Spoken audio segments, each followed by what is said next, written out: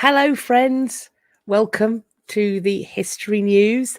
Hope you're all well. You may notice my sleeve is wafting. That's because I've got the fan on at my feet. It's summer still here, which I'm amazed about.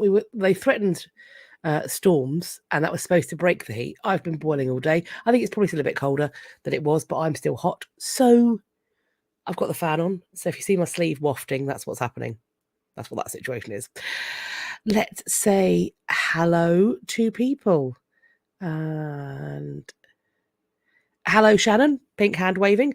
And I hope your exams went well. Welcome back. I hope you had a good time with your exams. Hello, Steve. Hello, Elverta. Welcome. Fluffy Monkey M, I'm glad to hear that you're ready for the history news. Looking forward to it. Spent your morning in the garden. Now it's time to hang out with the history news. Absolutely. And Juneteenth. Well, happy Juneteenth, if happy is, as you rightly say, Pretty Pic, the word. Oh, we've had a big jump there.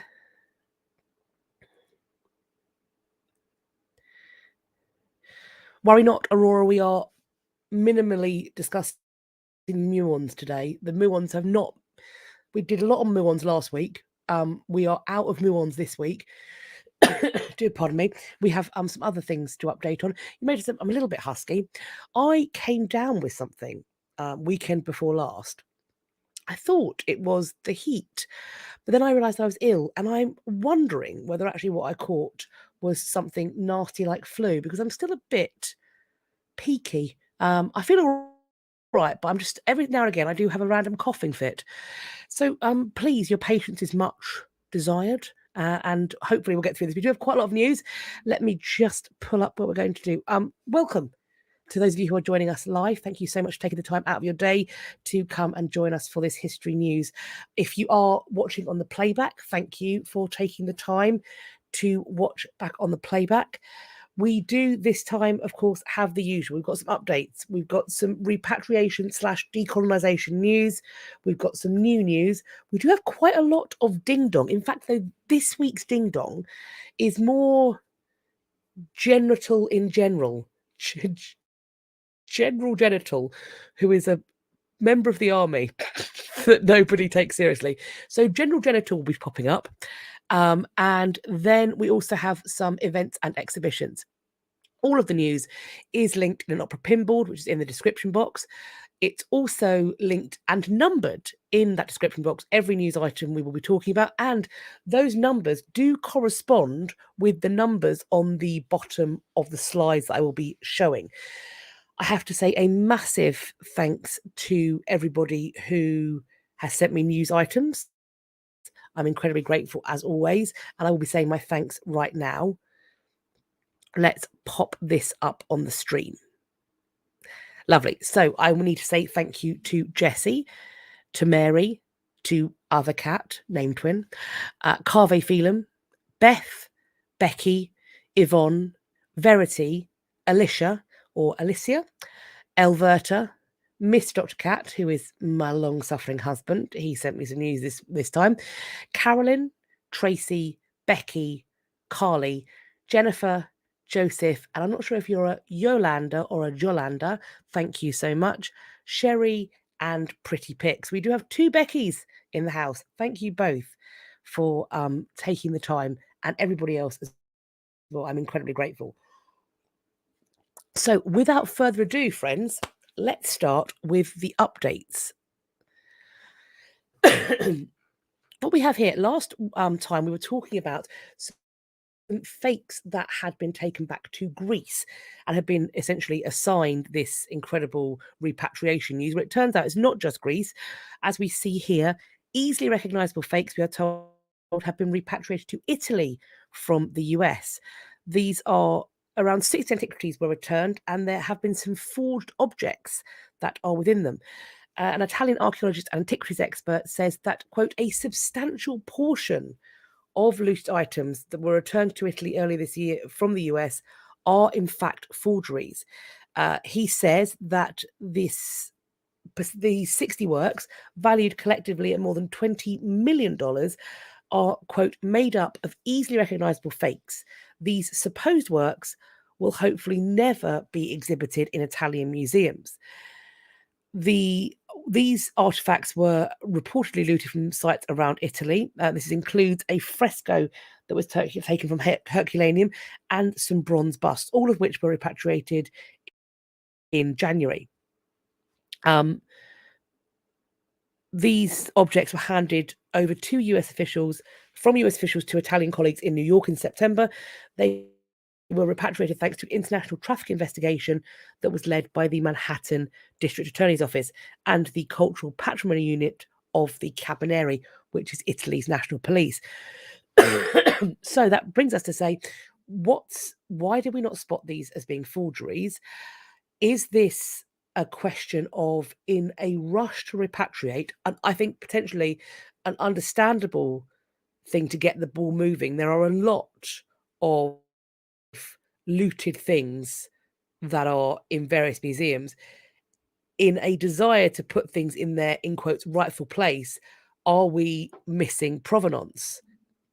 Shannon's got a great question. How did they get in there? So these were presumably in the collections of well-established museums they had been taken on and not spotted as forgeries. That I do think poses a wider question. So it seems to me that all of the collections are suspect in various ways. We need to be damn sure about provenance, and we also need to be very clear about where these things have come from, who purchased them, if they're rightfully there, but also, are they what everyone thinks they are, is the other question. Hilary, the Italians, not all of the Italians did know this. We are talking here about an antiquities expert, a professor of Greek and Roman art and archaeology from Pisa. So these were accepted by the individuals who took them from the American delegation. So they had been spotted. The Carabinieri thought they were legit. The cultural patrimony unit of the Carabinieri, so experts in the field, thought these were the real deal. But one wonders, are they, as these appear to be Greek and Roman, did they perhaps miss some of the things because they were specialists in something else? I'm assuming we're going to find out how this has happened at some point. It's a question that needs posing, as does this one. Did someone swap one of the originals?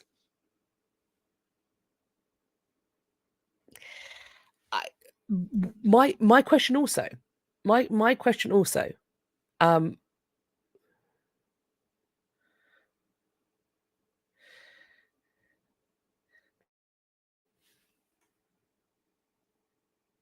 I'm going to leave that there without comment. And yes, museums are indeed full of experts who should be expert in spotting that things are not the real thing or the real thing. Oh, yes, you are spot on. Those are all all questions. All questions. And yeah, and all of these are fascinating questions that I'm assuming are being asked by all concerned. So yes, I have no doubt that we are going to see some more updates on this, particularly as this has happened with the Greek situation as well. So it's interesting this is happening in Greek with Greek repatriations, and also now with Italian repatriations. I'm going to keep my eyes peeled to see. There's got to be an explanation about this coming out at some point. So we shall see what we get told. Hopping on to the next one. A silver phalera, I think that's how you pronounce it, depicting Medusa, is among the new finds at the Roman site of Vindolanda. So Vindolanda, which translates as White Field or White Moor, is a Roman auxiliary fort situated on the fringes of the empire near Hadrian's Wall. So that's in the very, very north of England, between England and Scotland.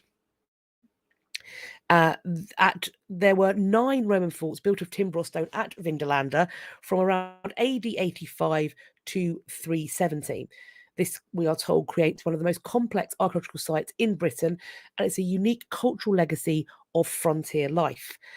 This is an ongoing archaeological investigation site. They have done excavations and found things like perfectly preserved shoes, textiles, wooden objects, and something known as the Vindolanda tablets, which are the oldest surviving documents in Britain, dating from between the 1st and 2nd AD, 1st and 2nd centuries AD. What we have in this person's hand is quite an incredible thing. So this is a phalera disc, normally worn on the breastplate by Roman soldiers during parades. I'm picturing it as the things that live on the shoulders, but I suppose they could be the central boss as well. But yes, so this one has the head of Medusa, and we have, this was found by volunteer archaeologists, we're told, and they've also found other evidence of military life at the fort. They have found a lance head, a spearhead, a small copper alloy spoon, and a stamped mortarium ring. They found pottery, a melon bead, whatever that might be, an enamelled bow brooch, a copper alloy scabbard shape, which is the thing that protects it sits at the top of the scabbard for holding the dagger in place. And they've also found a well-preserved wooden bath clog. I'm not entirely sure what that is, but it sounds fascinating. All of these things are going into they are in the Vindolanda lab, and there is going to be a 2024 current finds exhibition at Vindolanda. So this will be there from next year. So if you do get a chance to see it, have a look. If you get a chance to go in the lab, maybe you'll get a chance to see this. Tell us what you think when you do see it. That's the updates that I have for you. We are going to hop on to the repatriations. This first one made me angry. The story that there was a video on this, but it wouldn't play for me, so I couldn't screenshot it to show the item that we're talking about here. So if you do get a chance to watch it, you will see what we're talking about here. This is in British Columbia. One of the indigenous populations or First Nations people have had to buy back what's being described as a 140-year-old robe. They paid almost $40,000 to bring it home. This is referred to as a chilkat robe.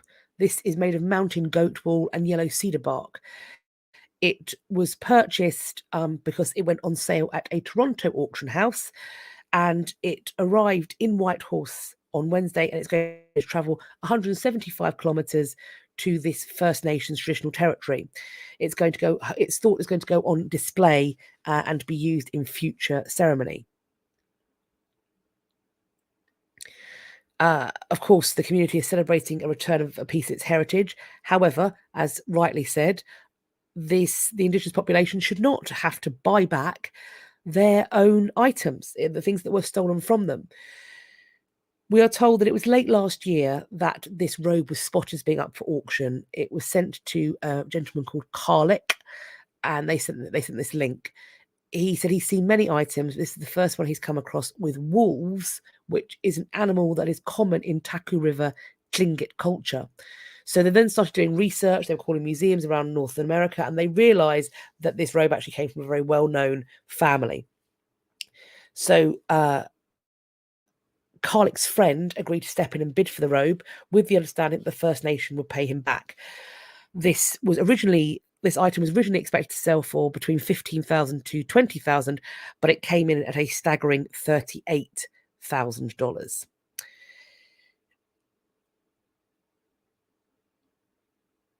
Hard agree, yep. And also the seller, everybody who's made a profit off of this, gross, fully gross, unacceptable. That's about the size of it. Coco, yep, they had to buy back the stuff that was stolen, which to me feels like ransom. But, gross. Yeah. I really hope not, but at the same time, some of the stuff that we've heard about these kinds, about behaviour that's happened, wouldn't shock me, really. Just utterly unacceptable. And I worry also about the precedent it sets. That I understand why one community would want to, but it's very much like negotiating with terrorists. So what's this going to mean for other groups where something has been stolen from them and it's spotted in an auction house? Are we going to have a situation where there's an expectation that there will be some kind of payment? Are people going to step in like ransom takers and say, I can get your so-and-so back for you if we do this thing, the other thing, or whatever? It just... money goes in the pockets of the wrong people, would be my thought on that matter. Next up, we have a Dutch Supreme Court ordering a museum artifacts that are borrowed from the Crimea to be returned to the Ukraine. The Supreme Court of the Netherlands on Friday ordered that a Dutch museum's trove of historical treasures from Crimea should be sent to the Ukraine. This upholds a lower court ruling that the 300 artifacts are in fact part of Ukraine's cultural heritage. So this is in the aftermath of the hostilities started by Russia. We have here, although these museum pieces originate from Crimea and can therefore be also regarded as Crimean heritage, they are part of the cultural heritage of Ukraine, the ruling said. Mediation in 2014 between all the museums involved and the Ukrainian authorities failed, and the Allard Pearson Museum took the matter to court. Highlights from the Crimea Golden Secrets of the Black Sea exhibition included a solid gold Scythian helmet from the 4th century BC, a golden neck ornament, which I think is what we are looking at here in this picture, from the 2nd century AD that weighs more than a kilogram or 2 pounds. Then in 2016, the District Court of Amsterdam cited the 1970 UNESCO Convention, finding that the objects must be returned to the sovereign state that loaned them, and the issue of ownership should be decided by a Ukrainian court. The Crimean museums appealed. Russia threatened to stop lending objects to Dutch museums if the museum didn't return the pieces. Then in 2021, an appeals court again ordered the objects to be sent to Ukraine. In a statement, the Allard Pearson Museum says it can now act on the decision and return the objects. Legal fees and storage have already cost the museum more than €500,000, which is around $538,000, according to documents that it submitted during the proceedings. It is at the moment unclear when this transfer of objects will take place.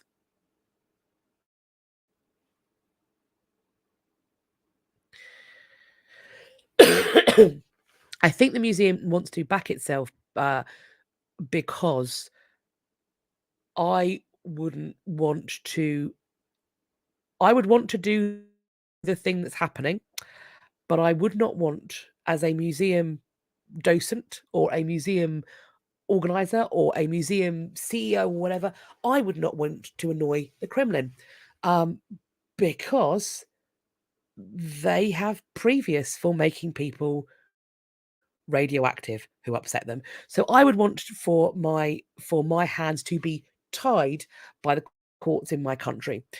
Put it that way. I have sympathy. I have some sympathy with what's going on here. Is what I'm saying.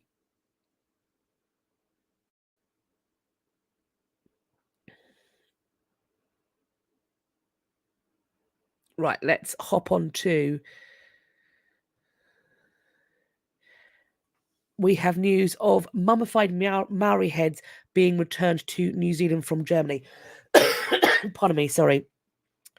Germany has returned 6 mummified Maori heads to New Zealand, together with the remains of almost 100 Maori and Moriori ancestors. This is going to the New Zealand Museum Te Papa Tongawera. This works to preserve the country's heritage and cultures. There was a repatriation ceremony on Wednesday to mark the return of the remains from 7 different German museums.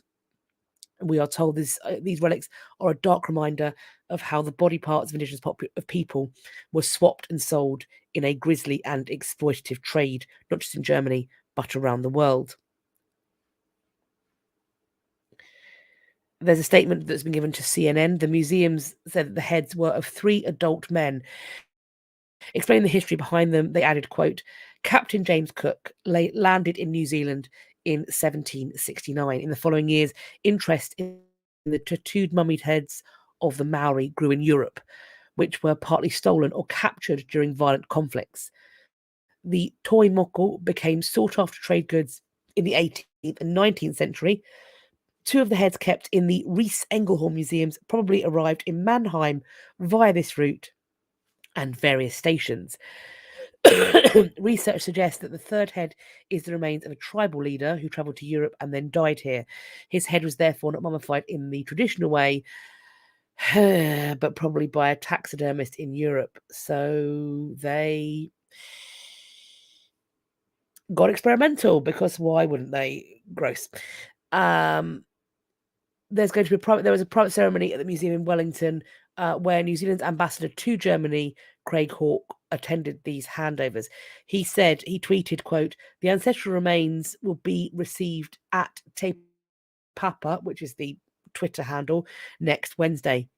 On their journey back home to Aotearoa to find their final resting place, we bid them farewell. And then he has typed in the Maori language, I believe.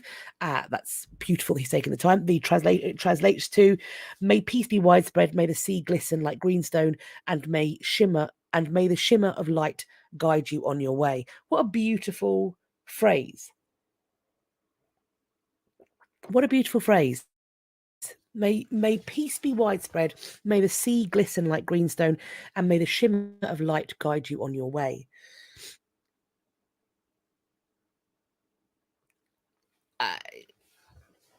So this, well, the use of a taxidermist, I think this is people at that time saying, well, we've seen these shrunken heads and we don't really know how they're made, so let's try and make them. That's why they're doing souvenirs. I don't know.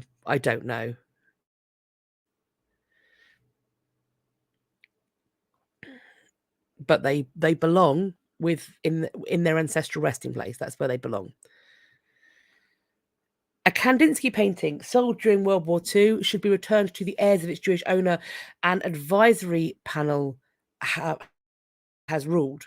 This was once owned by a Dutch couple. The painting was auctioned just months after the Nazis occupied the Netherlands. An advisory panel for the German government has ruled that this painting should be returned to this family.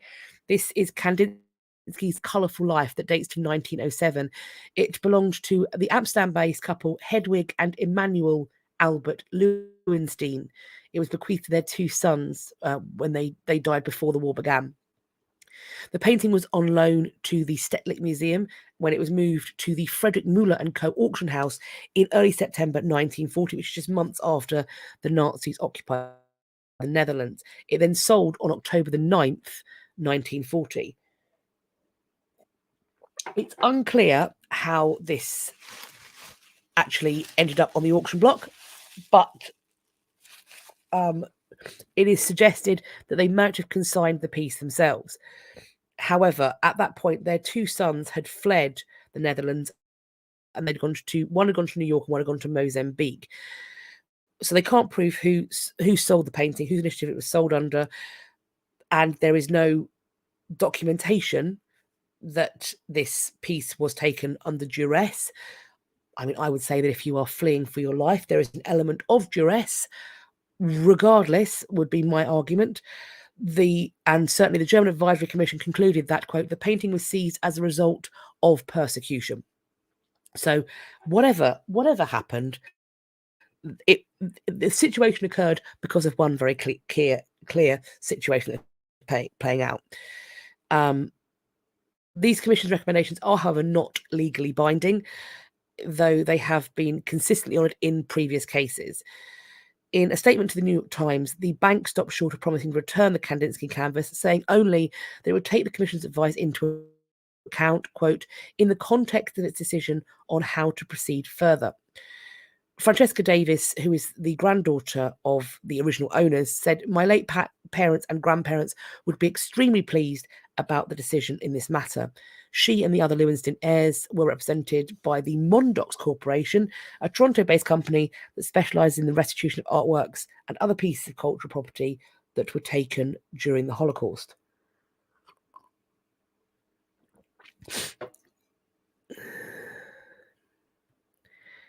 I think we shouldn't have to repeat this, but apparently we do need to say it. Don't sell people, living or dead. Don't traffic in people. Don't do it. Absolutely not.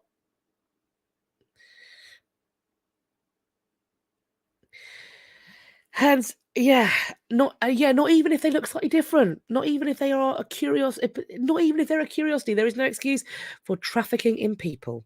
Not at all.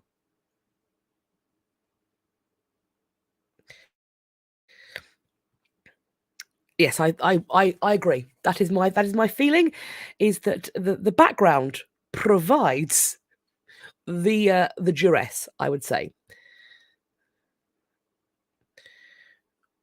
A new campaign for people to anonymously, that's a really hard word for me to say, a new campaign that will allow people to anonymously return illegally held antiquities has already netted thousands of items. We are being told that 15% of the public are estimated to be holding antiquities in their homes that by law belong to the state. And this is we are talking about in Israel. This is a statistic that's been provided by the Israel Antiquity Authority. It's thought there are thousands of people who are illegally holding antiquities in their home, and thousands of them have been returned during this 2-week campaign. The campaign reads, "If it's old, return it with a click," encourages private citizens who have artifacts to report them online and then return them anonymously and without question. It was originally slated that it was going to end on Thursday, but it's going to be extended for another week, presumably because so much stuff is being handed in. Under Israeli law, any item that has been created before 1700 or any zoological or biological remains from before the year 1300 are considered to be antiques and automatically belong to the state. Removing and keeping them is illegal under the Israeli Antiquities Law of 1978 and can be punished by fines or jail time. We, of course, have something very similar in the UK, that anything you find, you have to figure out if it's treasure, it has to go before the coroner, etc., etc. We are told that the most common thing people keep in their homes are coins. Then there's metal tools and books. Secular Israelis are apparently more likely to have coins, where the national religious and Haredi Israelis are more likely to have the ancient books. Yes, even objects found on land you own, because if they are for Israelis, if they meet this criteria, the criteria in the UK is somewhat different, because there isn't just a kind of blanket of year dates based upon object. It does consider it has to go before a coroner who decides whether it's treasure or not. And it doesn't matter if it's on land. It doesn't matter if you fell over it in the street or if it's on land that you own.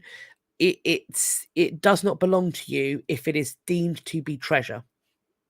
So is my understanding. I'm by no means a lawyer, but my understanding is that it doesn't matter if you own the land or not.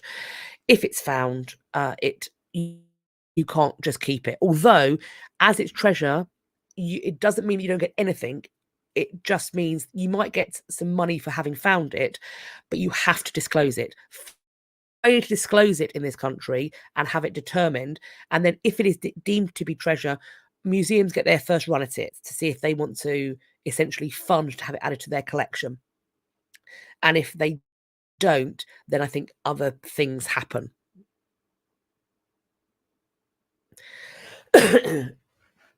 We are told that age plays a role in how willing people are to return antiquities. For people who are 35 and older, 76% said they would report or return antiquities. That number grew to 82% for people older than 55 and 91% for those older than 65. Many people have antiquities at home that came into their hands for a variety of different reasons. We're told some were collected in the field, some were passed down from their family. Many of them are not aware that according to the law, you must report antiquities which are a historical and public treasure. This campaign is asking citizens to cooperate and return these antiquities to their rightful and legal place as property of our heritage. With us in the state treasuries, these delicate items will be preserved and protected against the ravages of time. Some will be displayed, and others will add to our understanding of our country's past.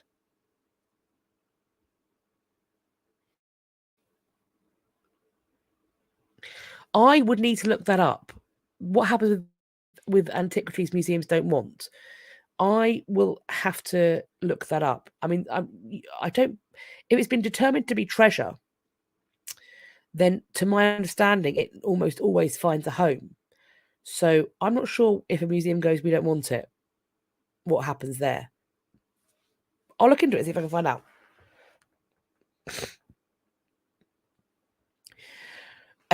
German museums hold 40,000 artifacts that were looted from Cameroon, a new study has found.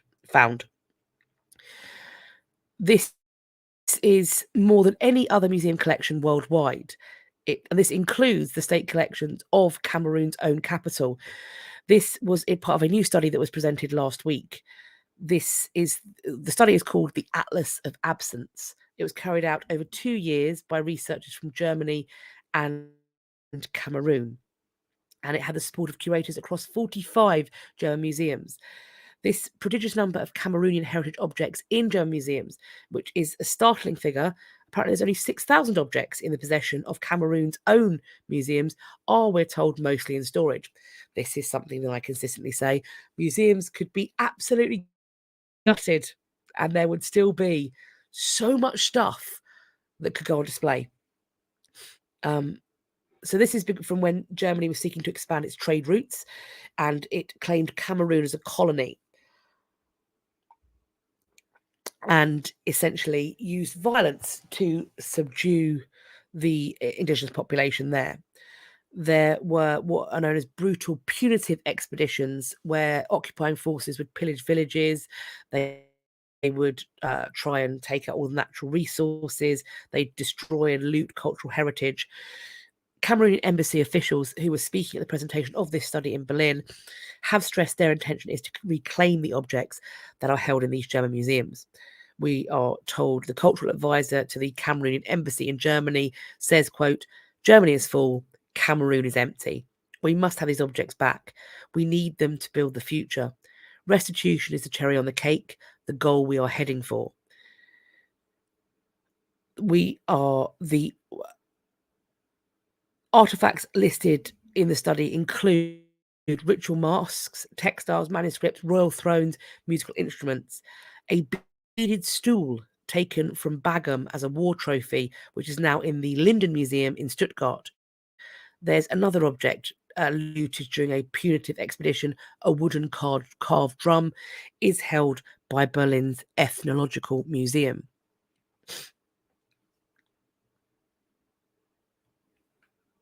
And now we're hopping on to the new news. Let's see what we've got here. New evidence suggests intentional burials. Oh, I should point that out. Yvonne, you've got there quickly. Right. There is going to be some ritual. We're going to be talking about some ritual, friends. This is not a drinking game. You are, I hope, adults. If you are drinking, that's up to you. I don't support that message. I'm not telling you to do it. There we go. So this is intentional burials and use of symbols by other hominins hundreds of thousands of years before Homo sapien. There's a great article in National Geographic. This is what's linked here. So if you want to see, there's loads more written in this. I couldn't put it all. It'll be about 15 slides. So as with all of them, there's more information in all of the article. This is cut down so it fits on one slide. Do check it out if you're interested. This is a great article in the National Geographic. So this is from the Rising Star cave system in South Africa. And the finds they have made there suggest that Homo naledi, which is an extinct hominin species, buried their dead and used symbols for meaning making, both behaviours that were thought to be exclusive to large-brained hominins. It's very hard to say that word. We are being told that these could be some of the earliest examples of mortuary practices and meaning making by small-brained hominin, which thus alters our understanding of human evolution. There are scientific papers on the burial symbols and interpretation of the findings, which are available as preprints for immediate download from bioRxiv that are also going to be published subsequently as eLife reviewed preprints. So you can see the whole article if you should want. The Rising Star Cave System, we're told, has become one of the most fruitful sites for hominin fossils in the world. And these new findings by this team adding a new chapter to essentially the human origin story. To be inside the caves, inside the world of Homo naledi, is not only a life-changing adventure, but what we've uncovered forces us to rethink a whole set of assumptions about hominins and human evolution. This is Fuentes, who's a professor of anthropology at Princeton University. Continuing here, much of what we assumed was distinctively human and distinctively caused by having a large brain may not be either of those things. Burial, meaning making, even art could have a much more complicated, dynamic, non-human history than we previously thought. You can read more about these findings on natgeo.com. Additionally, we're told on the 8th of August 2023, National Geographic their book series will be releasing Berger's book, which is called A Cave of Bones, A True Story of Discovery, Adventure and Human Origins. So there's also going to be a Netflix show with Berger's findings called Unknown Cave of Bones, which will be premiering on the 17th of July, we're told. I'm not sure if that's on worldwide release or maybe just American release. So do check it out and see what you think of that. And continuing this, a linked article, Homo naledi had a brain 1/3 the size of humans, but we are told they displayed intelligence far beyond, according to a new discovery. So I've put this as two separate articles because this is focusing on the hominins and their brain size, and there's some incredible visuals of skulls and things showing the difference in this other article as well. So if you're interested, do check that out. And as they said, these bigger brains may not equate to higher intelligence, we are being told. Somebody was asking what the symbols were. The symbols include triangles, squares, and a sort of hashtag sign, as in two cross-hatching equal signs. It's unclear what these carvings mean. Researchers are going to be delving into whether it's random chance that Homo naledi use the same symbols as humans, or if they were obtained from some sort of shared ancestry. We don't know if there was any interaction between Homo naledi and Homo sapiens. They would have existed about the same time, 250,000 years ago. There is continuing research going on the molecular biology of the remains to see where the similarities begin and end with humans. We're told this finding was striking and shocking because it erases the idea of human exceptionalism, which I think can only be a good thing for our entire species. That humans are that different from animals and they are some way special because of their big brains. Look, I've met people, we've all met people, and frankly, sometimes as I wander through life, it's a miracle to me that we somehow sit at the top of the food chain. I've met people. Anyway, Homo naledi, we're told, had brains about the size of a chimpanzee, and yet they practiced ritual burials, which was thought previously to be only done by humans. Scientists have also learned that Homo naledi had fire, as well as the kinds of animals they ate based on the location of bones found in the cave and the chambers adjacent to them. So researchers have known nothing about this species before this discovery, and it's thought that they might even have been placing artifacts in graves with the bodies. So Berger says, suddenly we went from having just these wonderful anatomy lessons to a species to an entire culture. My my husband has just said when I was talking about meeting somebody here, Pretty Pic, I mean gestures to Florida. You have Florida. My husband's just noted we have Stevenage. So he comes from Stevenage. So he's being he's allowed to be shady. He's allowed to be shady.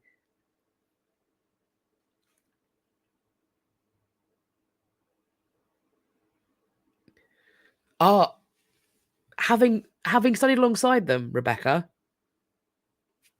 Correct. Correct. Marie's got some clarification on the Treasure Act in England, Wales, and Northern Ireland. All finders of gold and silver objects and groups of coins from the same finds over 300 years old have a legal obligation to report such item under the Treasure Act of 1996. And that's regardless of where they are found. Thank you for that, Emery.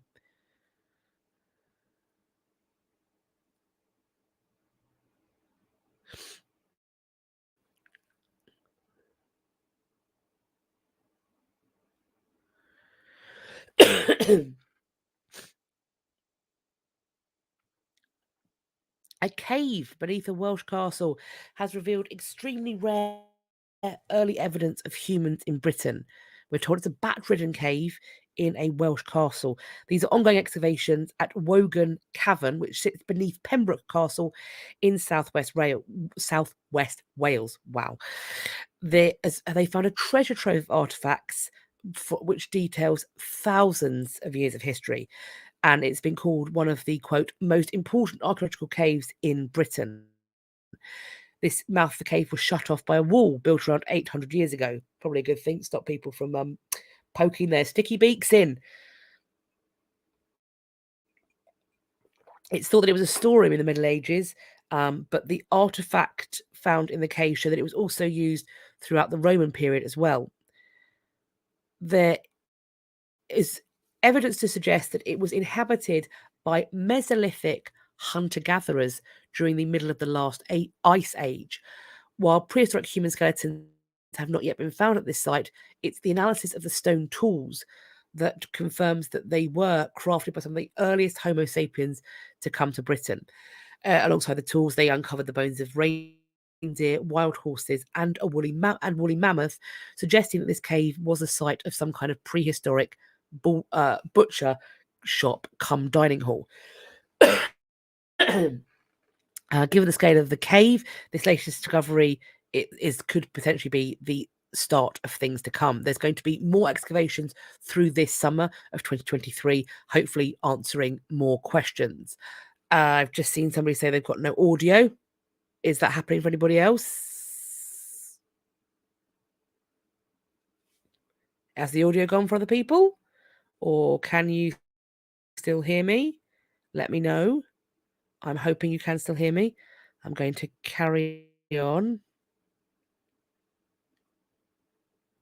Hopefully it's all going audio fine. Okay. Hopefully, thank you very much. Perfect.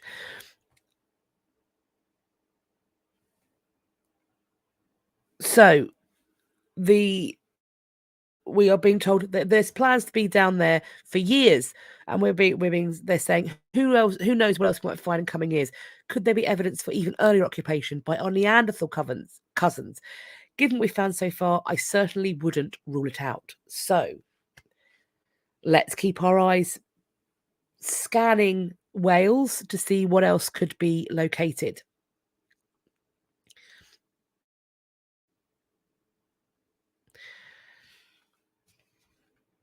I mean,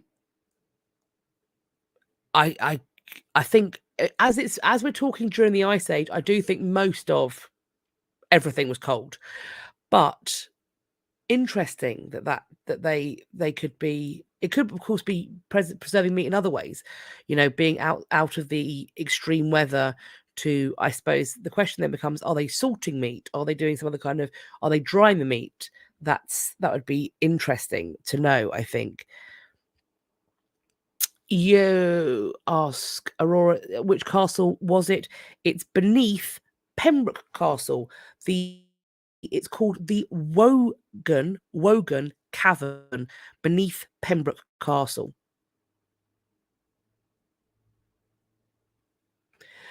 Researchers have discovered 12,000-year-old flutes, which were made from bird bones. Look at them. Aren't they fabulous?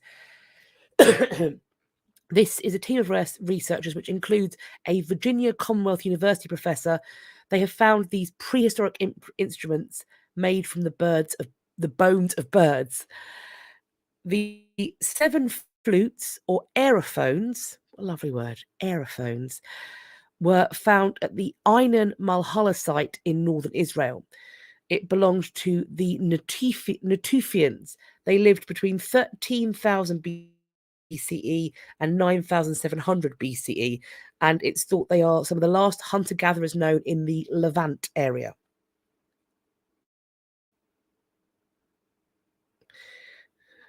My husband's just texted me saying that flute's older than trousers.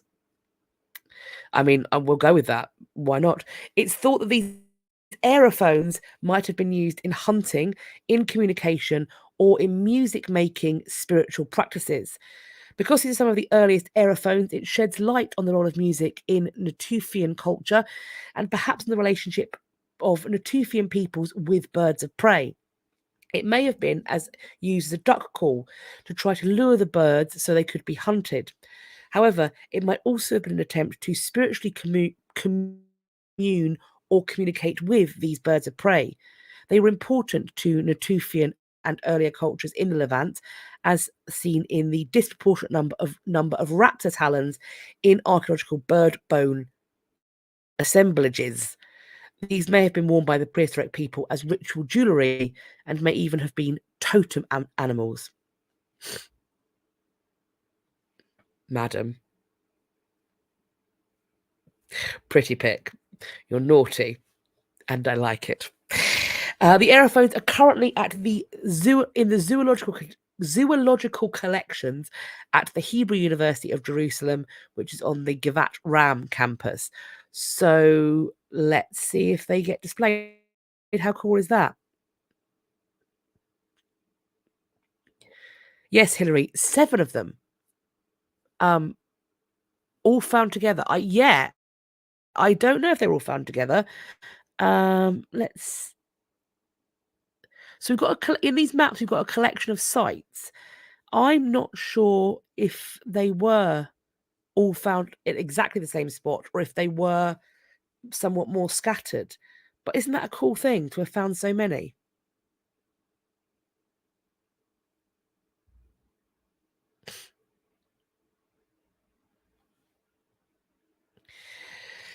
Prepare to be livid. French archaeologists, unsurprisingly, are decrying the loss of 7,000-year-old standing stones on a site that was destroyed to make way for a DIY store. Local officials argue that the site has low archaeological value. Well, I think you have low archaeological value, local people. These are standing stones in Carnac, a town in Brittany, northwestern France. They've been removed to make way for a retail store, and debate is unsurprisingly raging among historians, politicians, and cultural authorities as to whether this constitutes damage to a site of archaeological value. Yes. Yes. Some 39 menhirs, which is a term for the standing stones, were lost. They are about 40 inches high. They're estimated to date back 7,000 years. I mean, just the building permit was granted in August 2022 by the local mayor's office. This is so that a store by the chain Mr. Bricolage, which sells home improvement and do-it-yourself goods, has a store under construction. Like, do you know what? Absolutely. If you think if you're in France, are there other DIY stores? Let's boycott. Let's not do this. Let's not put money in the pockets of this company under any circumstances. Isabelle Chardonnier, who is the director of the Regional Directorate of Cultural Affairs for Brittany attempted to clarify the reality, telling News in France that only 4 of the 39 stones potentially had archaeological value. As for 39 valuable objects being destroyed, she said, the reality is absolutely not that. So this has got apparently low archaeological value. I mean, we're told there weren't archaeological excavations in order to know if the stones were menhirs or not. So we don't actually know how valuable they might have been. So probably should have been checked. Karnak in the Brittany region is known for grand fields of megaliths. There are some 3,000 of them standing in 2 protected areas that stretch over about 4 miles. The exact purpose of the standing stones is unknown. We're not going to find out now you've knocked these ones down. Some theories suggest sacred or funereal purposes. In any case, according to the regional directorate, the damage to a site of archaeological value has not been established. It could have been, though, if you had let the archaeological work go on. Good. Apparently, Mr. Bricolage Group said that it, quote, sincerely regretted the situation. For the sounds of it, there's not been a proper study to determine their value. There wasn't in either direction. So maybe they were some, absolute just random rocks, just randomly occurring rocks. Maybe they were absolutely not 7,000 years old. So it has been established they were established as being not significant finds by people who were presumably being paid to allow them to be knocked down. So we are there is questions over it seems to me there are questions over how this study, whatever form it took, was actually done.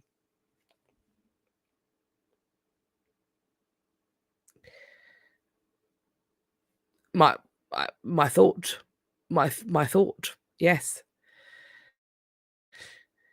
I agree. It is weird. There are 2 different narratives, such different narratives concerning the stones. It is very weird that they are both potentially 7,000 years old and also not of any archaeological value. And those 2 things, to my knowledge, cannot exist together. So one of those things is a misunderstanding or an outright deception. But without the archaeological investigation on it, we don't know either way. So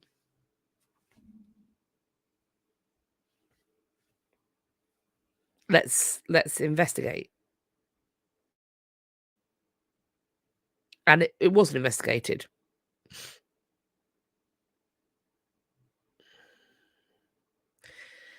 Yes, many chateaux, which for the most part are accessible. What is it?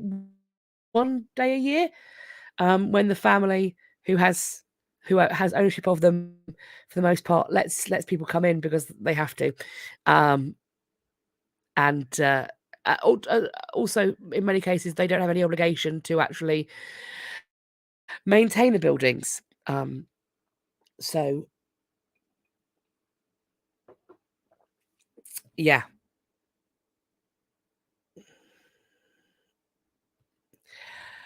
Talking of which, what's making the news over here is we are very excited about a piece of wood that is 1,000 years younger than some of these stones. We are, it seems.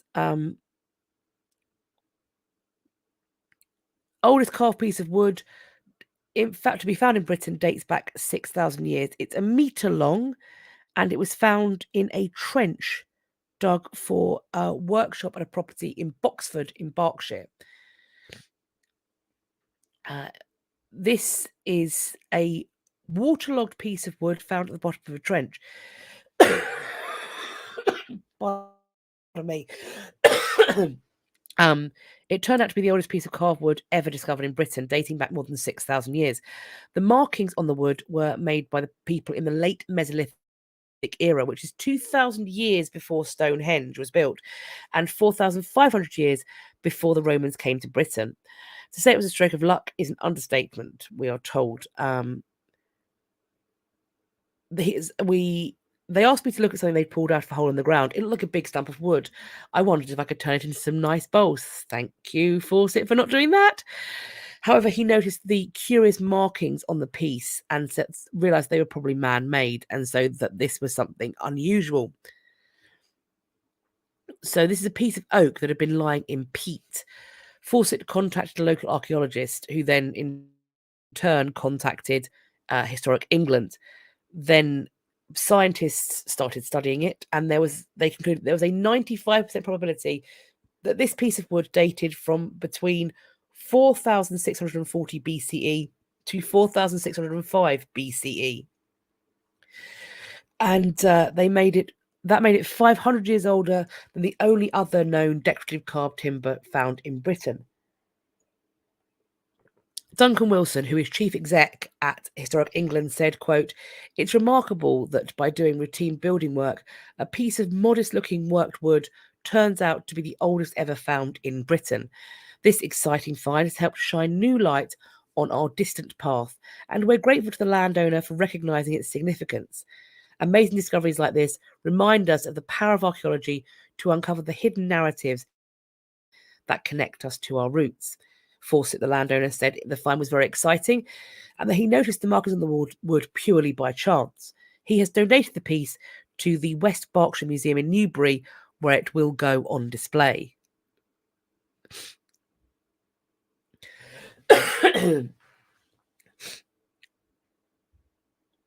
Yes, I believe that peat is very good to preserve organic material, which is one of the reasons why the bog bodies are so well preserved, because they were in peat bogs.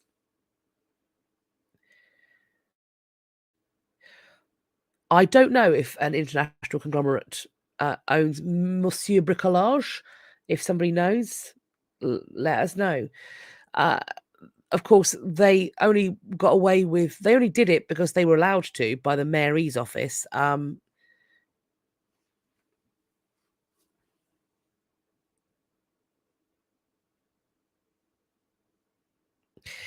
If it had been found in Brittany, it'd be coming to a barbecue somewhere in France.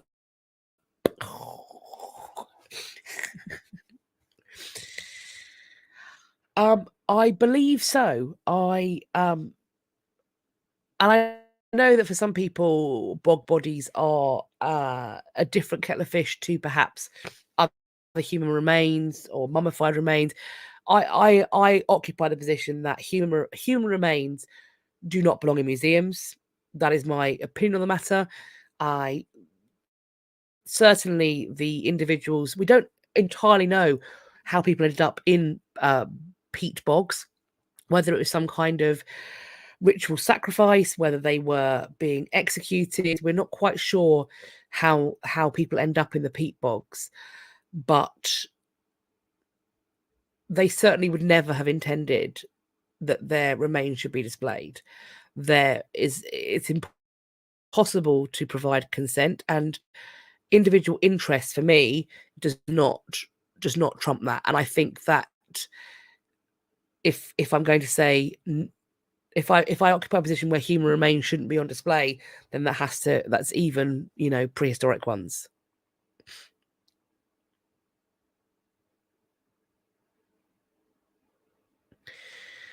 I certainly get that there's educational value in displaying human remains, and there's educational value in also, working with cadavers, but that happens in very controlled circumstances.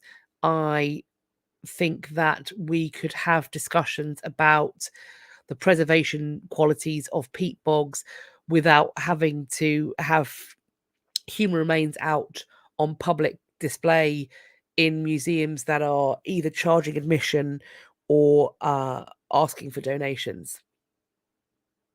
I I I am of the opinion that we can't be trusted. Even, there are human remains from much, much closer to our own time that are on display in museums without consent. In fact, objectively against the consent of the individual who explicitly said they didn't want that to happen. Then I think that while that is going on, if there isn't consent, then there should certainly not be displays of human remains. And even things like body worlds or body works, or there's been controversy over that because there was a claim that there was consent there, but it's turned out that in many cases there wasn't in fact consent for a number of people. That what we have was political prisoners from China who had been executed or died of natural causes or whatever else, who were essentially placed in an exhibition against their consent. Pompeii has, human remains that can't be moved. I think it's a question that needs to be asked. It's obviously it functioned differently to a display in a museum, but maybe those pieces of the site should not be for the public.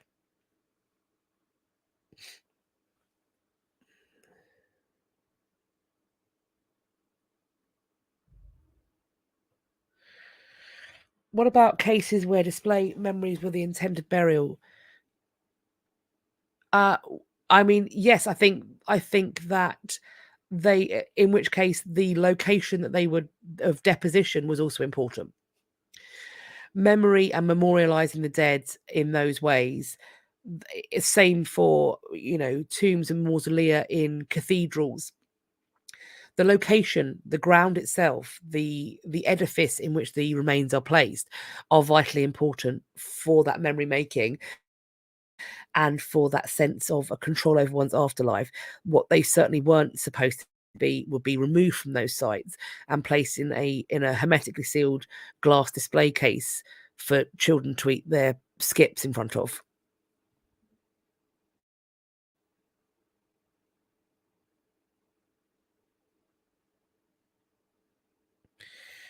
My husband has just texted me saying that the DIY store belongs to Kingfisher PLC, which is the same group as B&Q in the UK, Screwfix in the UK, and something called hang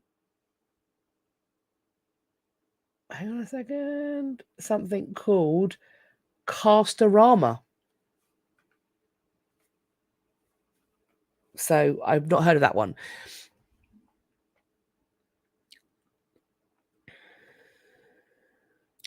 I got sent this one a lot, and I know why. It's so cool. A 3,000-year-old sword. Look at that. Look how well preserved that is. A 3,000-year-old sword has been found in Germany. Archaeologists from the Bavarian State Office for the Preservation of Monuments have announced the discovery of a well-preserved Bronze Age sword in Bavaria in Germany. Look at it, will you? Look at it.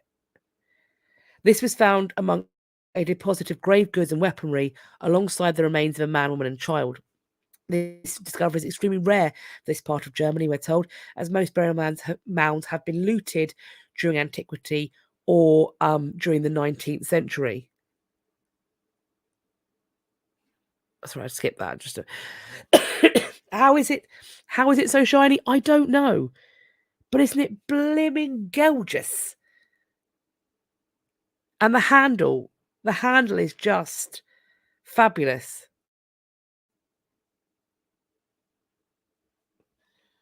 Oh, thank you. My husband's just brought me and he's brought me a tissue to blow my nose. Thank you. I love you.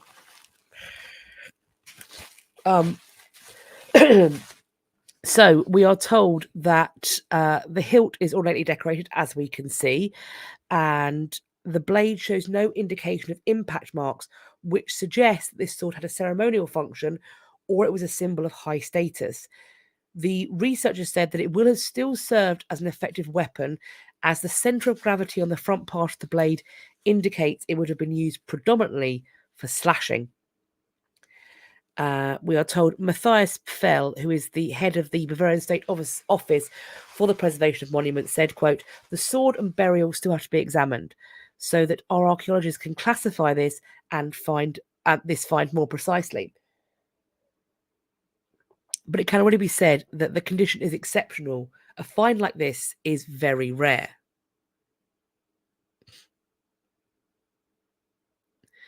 A comparison of the casting techniques and the decoration shows that some of the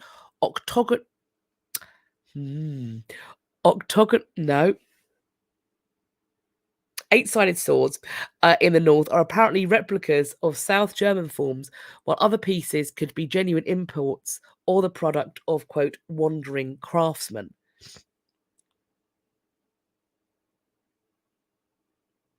Isn't it beautiful?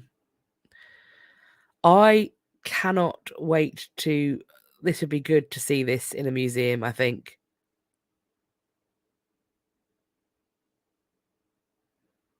Let's see.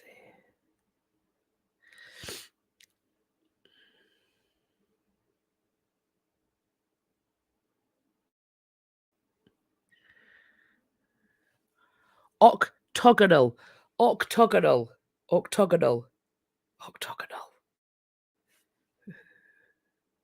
Thank you.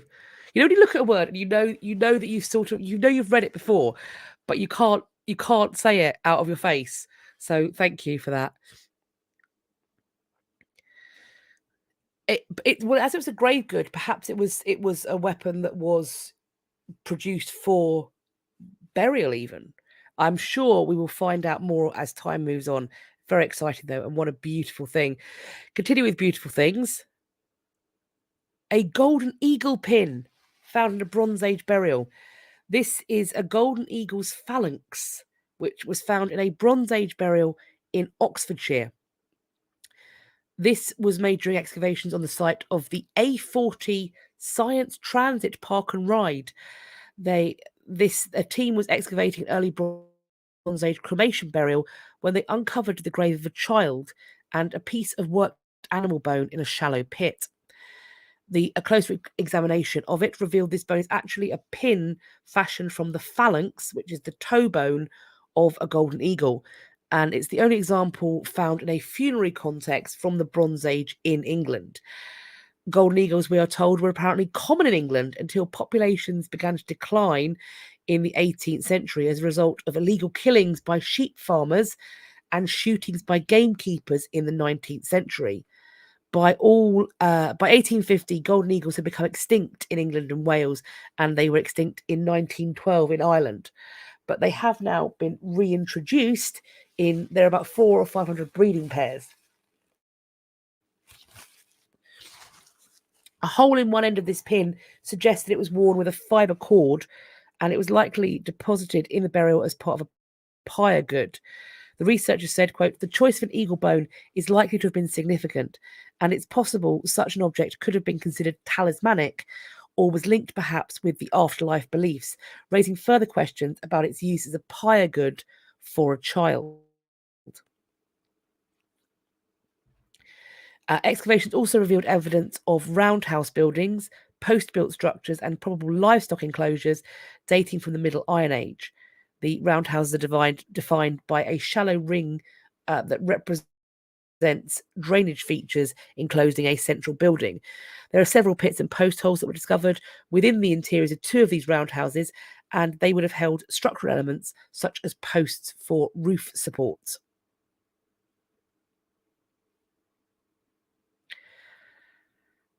Mysterious rock art painted by Aboriginal people has been found to depict Indonesian warships. These are cave paintings found in Australia, and they think that they are of... It looks very clearly that they are of two boats. Hundreds of years ago, in a cramped cave, Indigenous people in Australia painted a pair of watercraft whose origins have puzzled archaeologists since they were discovered about 50 years ago. Now it's thought that they actually depict fighting craft from Indonesia, and that there may have been a physical violence between the indigenous people and visitors from afar. These are warships, researchers said, from the Moluccas, also known as the Maluku Islands, which is an archipelago off of the eastern coast of Indonesia, directly north of Australia. So the paintings of these craft, it's now been added that this is going to add another dimension to the sphere of interaction of Northern Australia. That Australia is not just some land on its own in the middle of nowhere, that there's clearly some interaction with other things going on.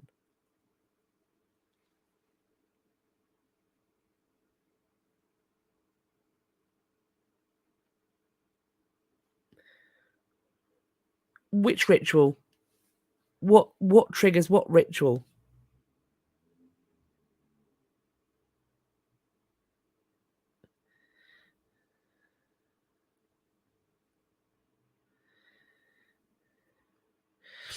So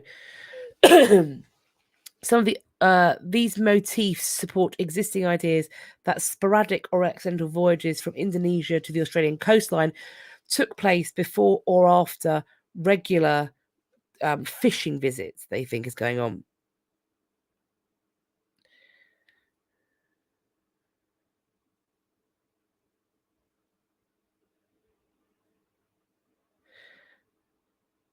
Oh yes, Aurora. That is an ongoing joke. Is that when archaeologists find something they don't know what it means, they will say that it's ritual purposes. In much the same way that if two people are friends, and so right, so people are saying ritual because essentially when something is of unknown origins, that tends to be where archaeologists will go.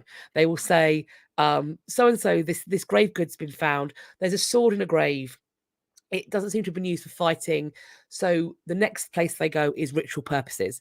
And that's because in graves, things do have a lot of ritual purposes. That does expand out, though, sometimes when they find things like in houses, that it's for ritual purposes. When they when they find something that looks suspiciously like a dildo, it's for ritual purposes.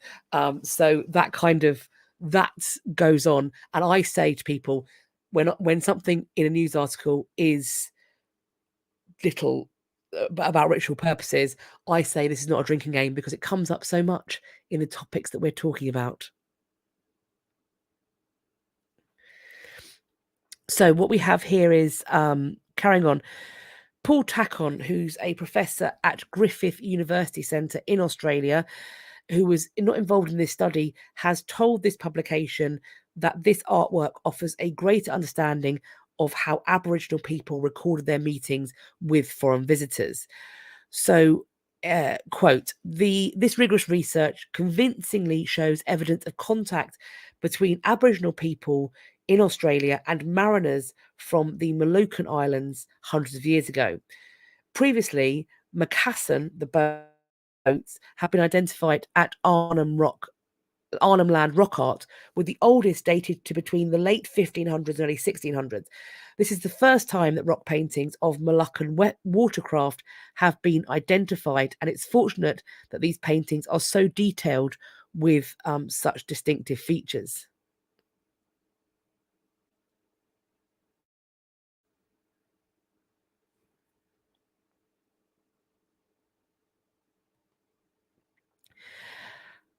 "2,000 years before manscaping and smooth armpits, we are told the Romans were seriously into hair removal." This is a news item, but I was fairly aware, I thought, that in ancient Rome, Greece, and Egypt, there was a fashion for removing hair. I don't know where I've got that from, but I didn't think that this was not news to me. Nevertheless, archaeologists working in Wroxeter Roman City, which is in Shropshire, have discovered about 50 tweezers in a settlement that dates from the 2nd to the 4th century AD. They also found a skin scraper, which I think is for the hot baths where you sweat and there's like a scrape that goes on. And they found perfume bottles, jewellery, and makeup applicators, showing just how important personal hygiene was to the Roman, which I think we knew. But English Heritage has said that these hair removal practices were just as routine for men as they were for women, noting that men who would engage in sports like wrestling would be expected to remove their body hair. Cameron Moffat, who is the curator at Roxeter Roman City, said, quote, that you had to have the look, and that look was hairlessness, particularly the underarms. In having used a depilator on my armpits, rather than me, absolutely not. In Roman times, these hair plucking rituals were often performed by slaves. With English Heritage, they've shared a letter from Seneca, who complained of the yelps of people that they would let out while they were being plucked, saying, quote, the skinny armpit hair plucker whose cries are shrill so as to draw people's attention and never stop, except when he is doing his job and making someone else shriek for him. Moffat said, quote, at Roxeter alone, we have discovered over 50 pairs of tweezers, one of the largest collections of this item in Britain, indicating that it was a popular accessory. The advantage of the tweezer was it was safe, simple, and cheap, but unfortunately not pain-free. Certainly not pain-free. Certainly not.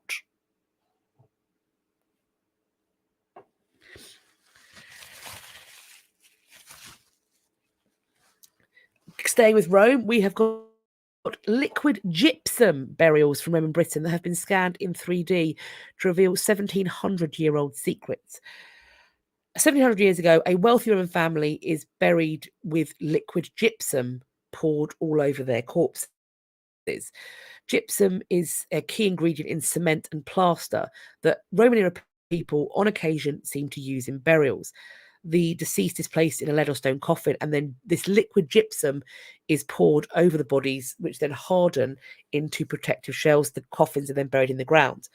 So the coffins and their contents decay.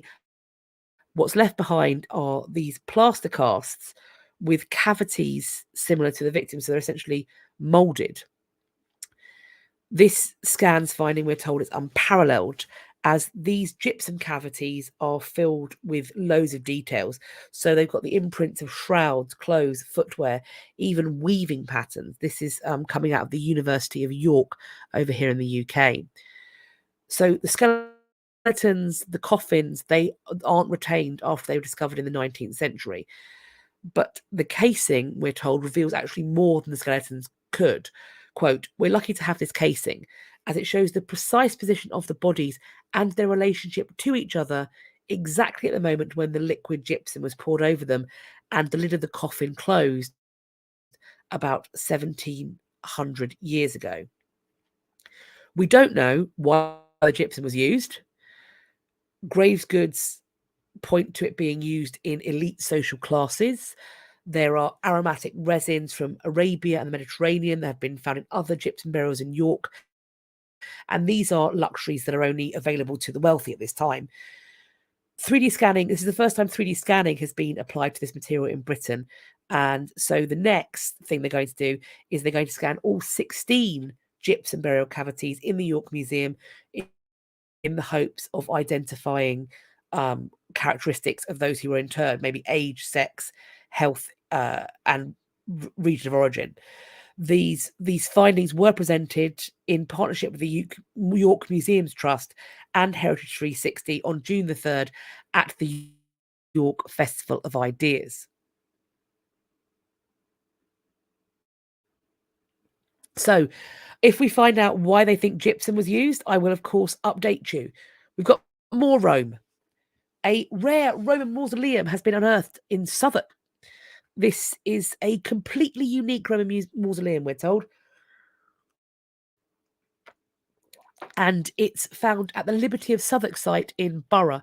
And they think that this was used as some form of burial ground or tomb for wealthier members of Roman society.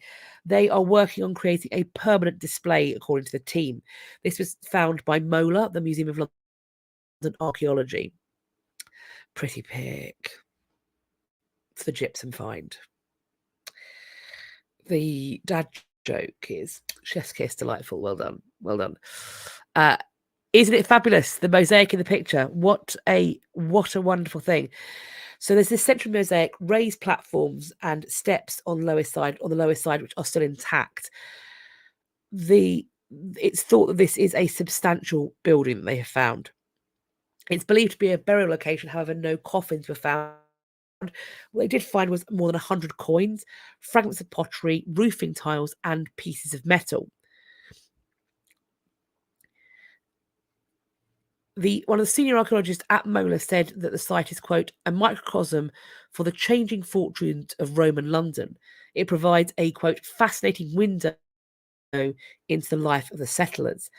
The hope is that they're going to be able to tell how old this mausoleum was and then make a 3D model of the site.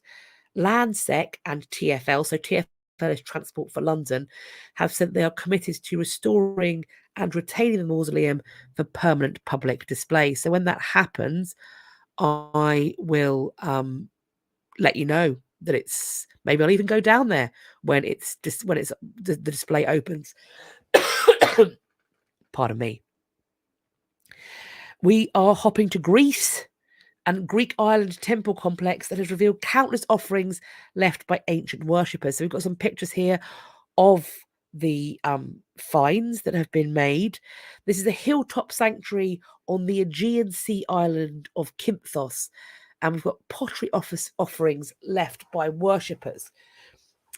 A ministry statement said the finds are from work conducted this year, and they've got more than 2,000 intact or almost complete clay figurines, mostly of women and children, but some are of male actors, as well as of tortoises, lions, pigs, and birds. There are ceremonial pottery vessels, which are linked to the worship of Demeter, the ancient Greek goddess of agriculture, and her daughter Persephone. The site on Kynthos which was the ancient capital of the island, was inhabited without a break between the 12th century BCE and the 7th century CE. These artifacts came from the ruins of two small temples. This excavation was done by Greece's University of Thessaly and the Culture Ministry, and they have found luxury pottery imported from other parts of Greece, ornate lamps, and fragments of ritual vases that were used in the worship of Demeter and Persephone. It's unclear to what extent the site on Kynthos was associated with Eleusis, which was one of the most important religious centers in ancient Greek, where the goddesses were worshipped during secret rites. Kynthos is in the Cyclades island group, and it was first inhabited 10,000 years ago. Its copper deposits were mined from the 3rd millennium BCE, and in Roman period, it was a place of political exile. There will be more excavations going on, and they're going to be going on through 2025.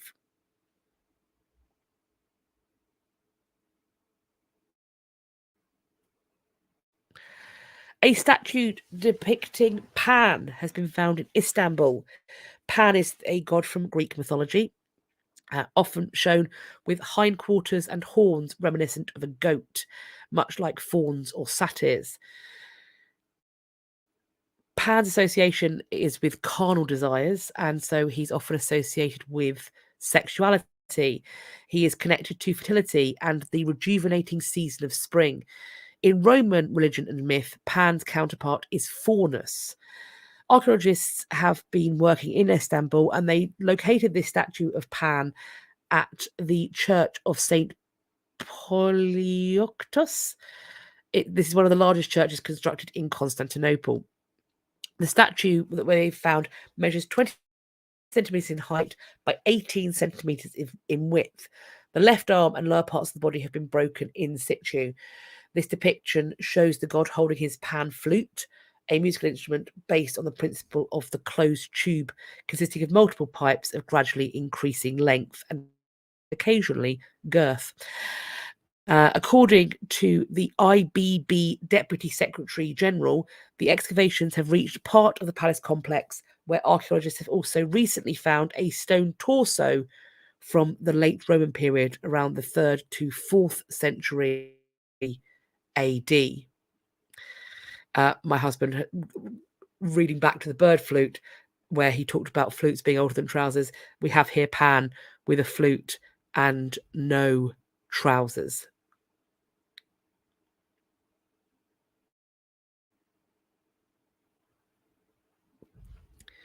Aurora, is it still a functioning church? I don't know.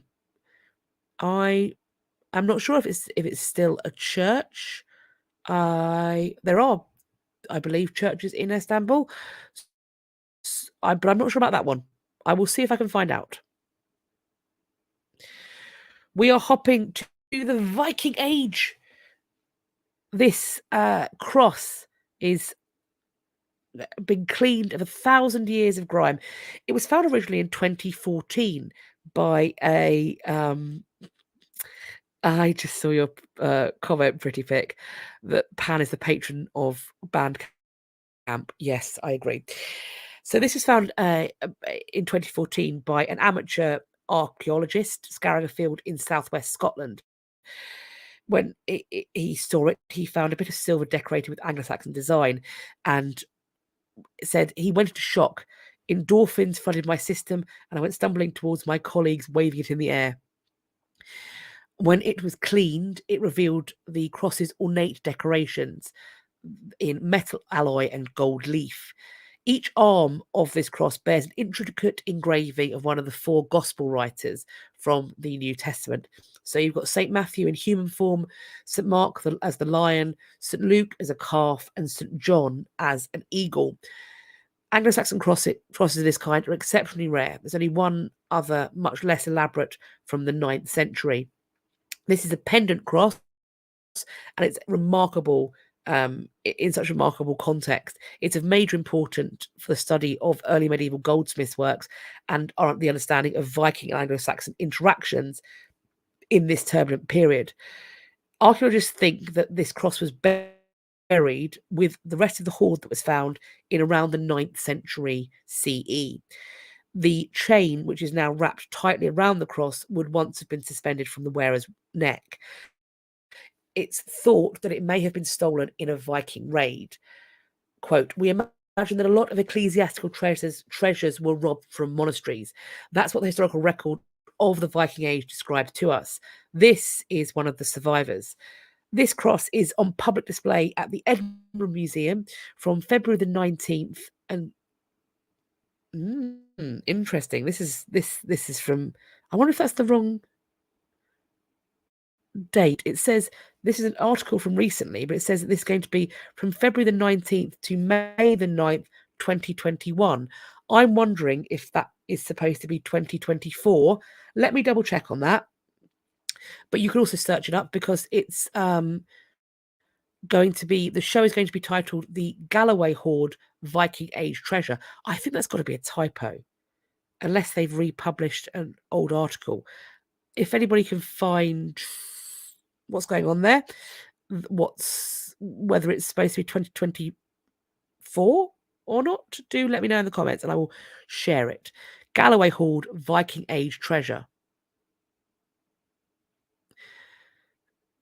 That was my thought, that 1 and 4 is close enough for a typo, because I do check that all of the articles are, the last few weeks or so, that I'm not talking about something from 2 years ago.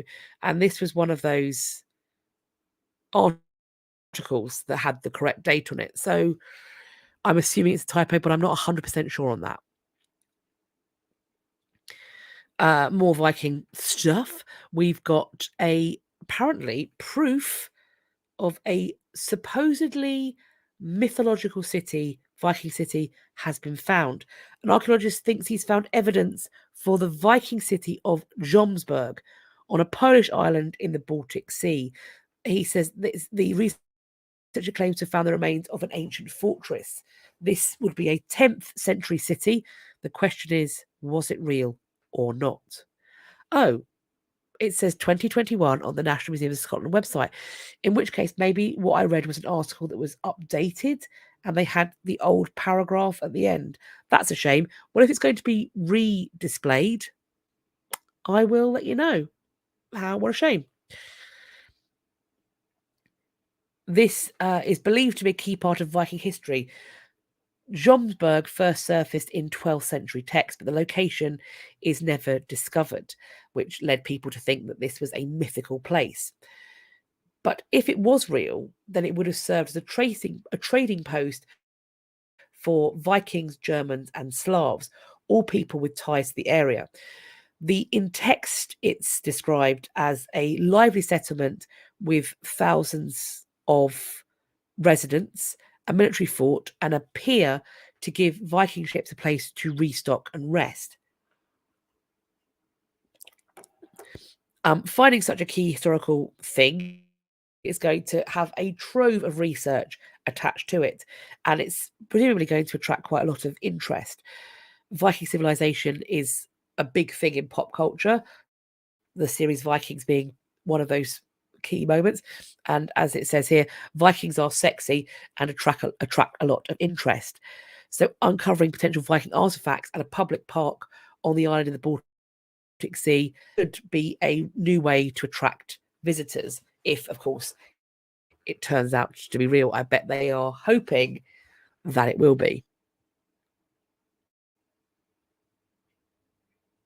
We have got a small sandstone carved with a Viking ship, which is thought to be the oldest picture ever found in Iceland. This was found in East Iceland. It was a stone carved with a Viking ship, and it was found in a longhouse that's believed to predate permanent settlement on the island.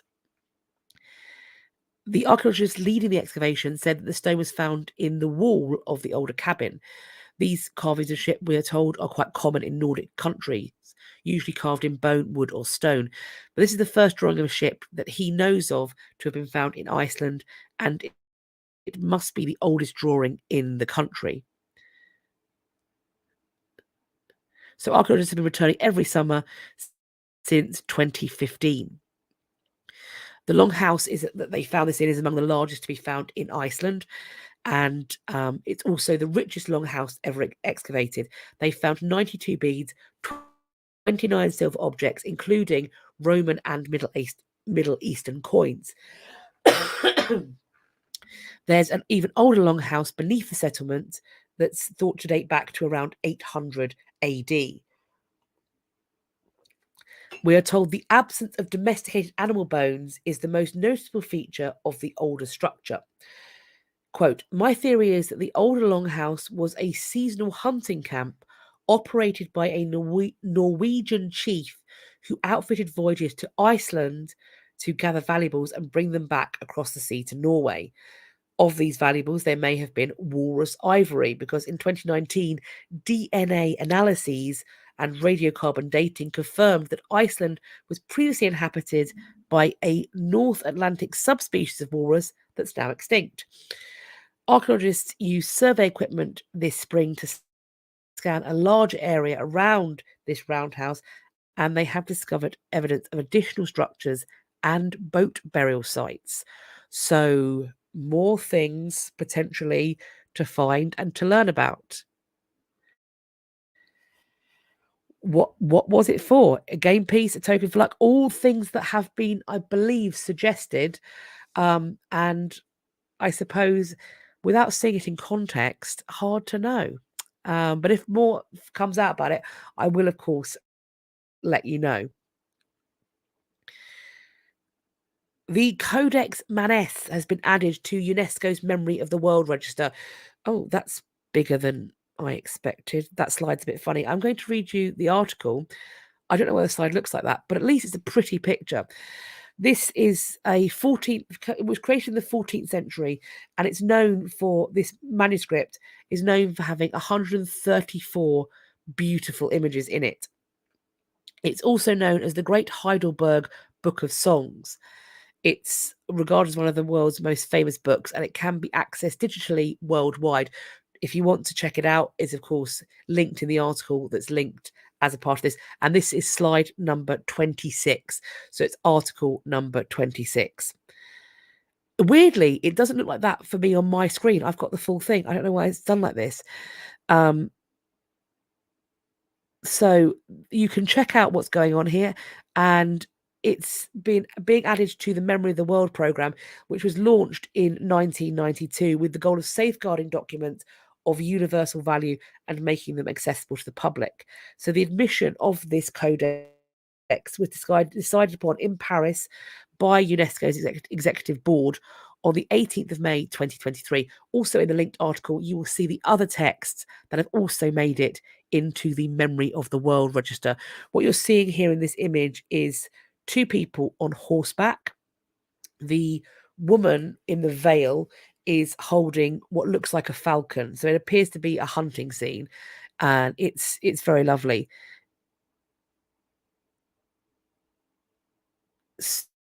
So in terms of the year, we haven't got an exact year for this. We have got the 14th century. So not an exact year, but the 14th century.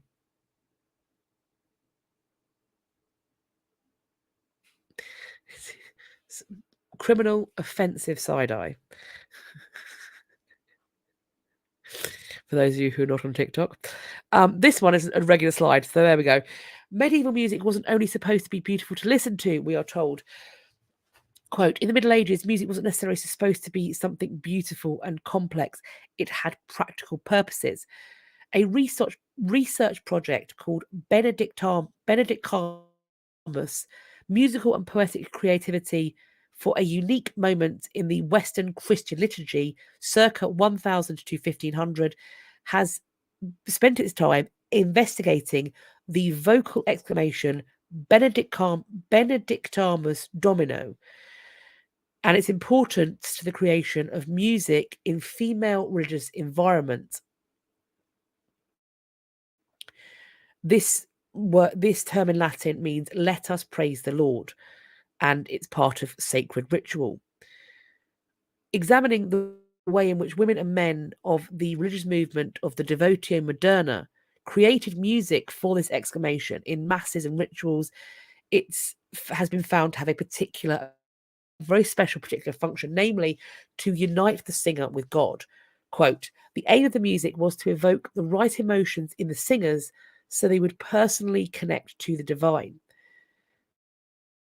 In one of the texts, the women sang about the Virgin Mary during the birth of Jesus Christ. They described her as a mother and a devoted person. They shifted their focus from her to a collective we, in some cases even to an I. It's as if, quote, it's as if the Virgin Mary and the women singing about her become one throughout the text, and the singers identify with her. In male environments, there isn't this mention of the Virgin Mary, but rather it highlights the poor condition under which Jesus is born in a lowly stable. The texts from the different communities emphasize different aspects of the same event, and they are intended to arouse different emotion. Where one leads to joy, the other leads to shame. In the article, Manon's investigation of the particular ways in which Benedictamus Domino was sung in the Low Countries in the 1400s is placed in a broader geographical and chronological context. There are other articles in the issue that investigate the moments of the Benedictamus Domino in Czechia, Poland, Spain, and Sweden, and within communities of religious women, showing how this sacred exclamation offered a space for female music making and creativity. Isn't that fascinating?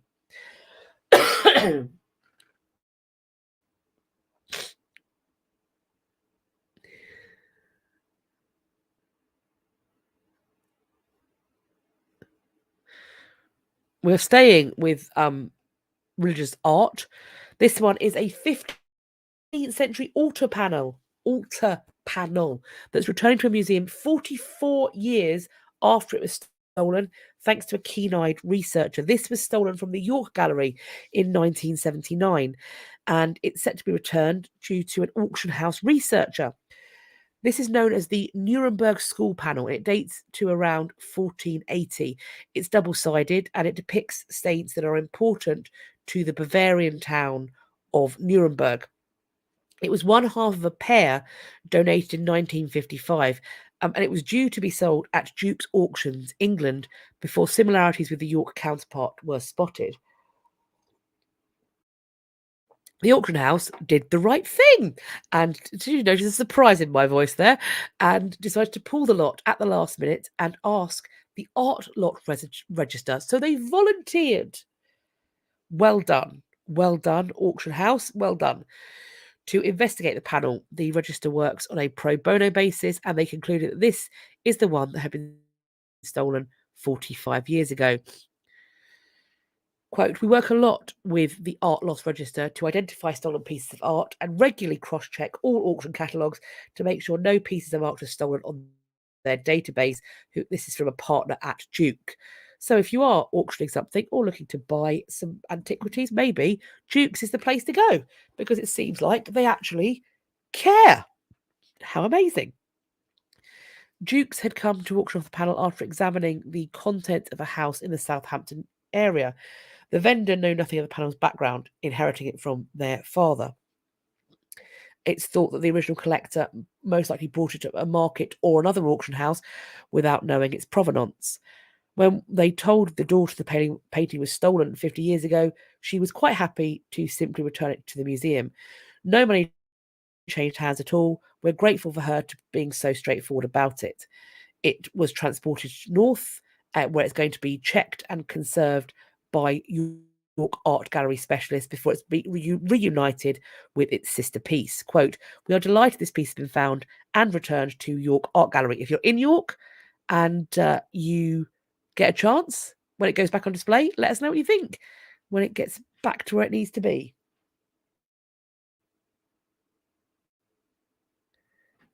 Indeed, an auction house that takes responsibility for stolen goods. Shocked and astounded.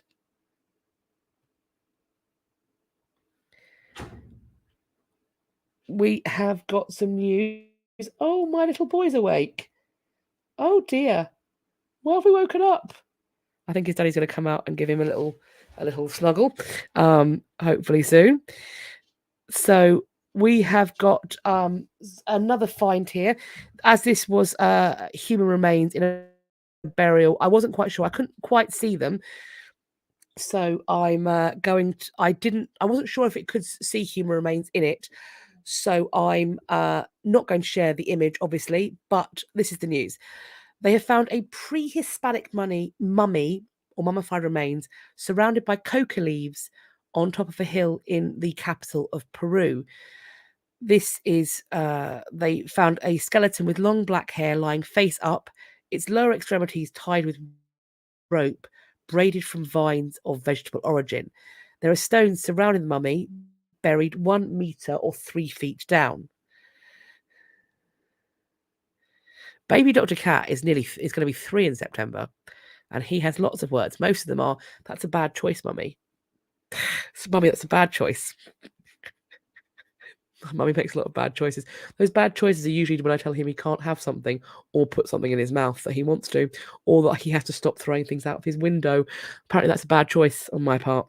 What can you do? I'm always making bad choices. Anyway, this burial was on top of a destroyed U-shaped clay temple, which is characteristic of some pre-Hispanic buildings. The mummified remains has not yet been subjected to radiocarbon dating. I'm assuming that means it's going to be. But there were old fly eggs found next to the skeleton, leading them to believe the body was exposed for several days before being covered with dirt.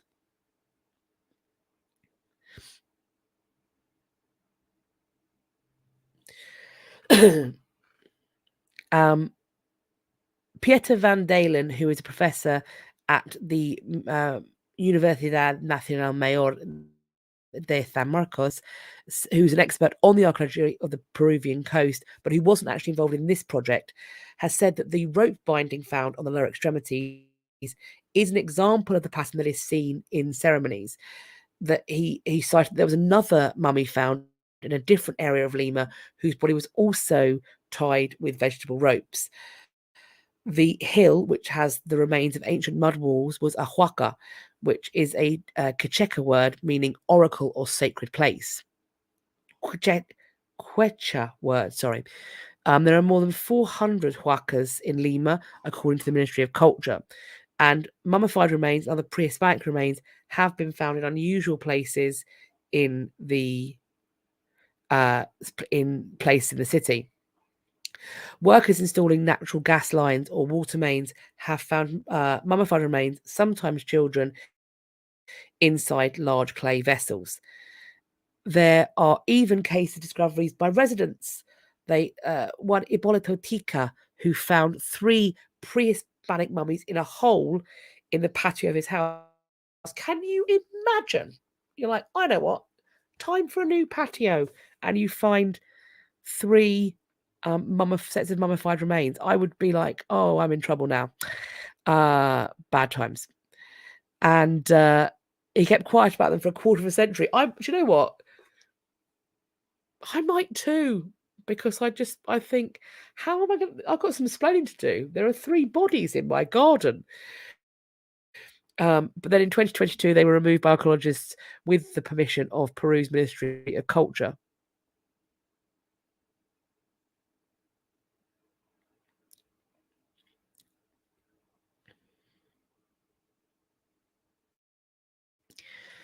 That's a good question.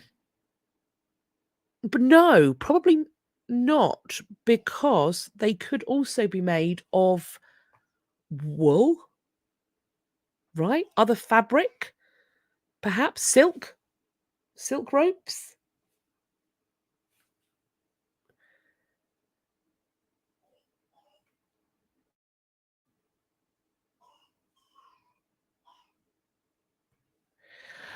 We have got a story about how they think the Medici family may have. Hang on, we've jumped a bit here. The Medici family may have been killed by their hunting grounds, or rather, by some mosquitoes that may have carried a very particular kind of. Oh, my fingers. There we go. May have carried a very particular kind of malaria. So researchers have found in the remains of the Medicis, they have found a parasite that causes malaria.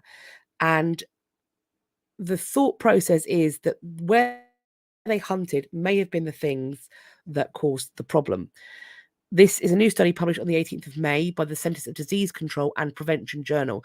They analysed tissue samples in an attempt to match organ remains with their respective bodies, and they found, by chance, parasite-like structures on the red blood cells. The analysis confirmed that these structures were the malaria parasite Plasmodium falciparum. Scientists knew that malaria was endemic in the region from the 2nd or 3rd century until the 20th century, but they had assumed that endemic malaria was P. vivax, which causes a milder form of the disease. This form that they found is more deadly and usually favours tropical climates. It's likely that the Medici who was infected there would have experienced a severe relapsing fever, although we don't know if he died with malaria or of malaria. This is the first time the pathogen has been microscopically observed, rather than just detecting the proteins the parasite produces. Attempts to analyse the DNA was inconclusive, although the parasite did retain its overall structure. Not enough DNA was preserved to assess how the historical P. falciparum differed genetically from what is found today. So the Medicis enjoyed hunting in the marshlands of Florence, which of course is an ideal place for malaria-bearing mosquitoes. Indeed, malaria was also endemic to England and its marshlands because Henry VIII went down with it and got some malaria that time probably from his hunting grounds. So the research suggests that malaria was more widespread than previously thought, and the more virulent type, P. falciparum, which was survived in the Italian climate. This study also provides more conclusive evidence of malaria among the Medicis. Quote, this is clear proof of something that was suspected but never really shown in that way.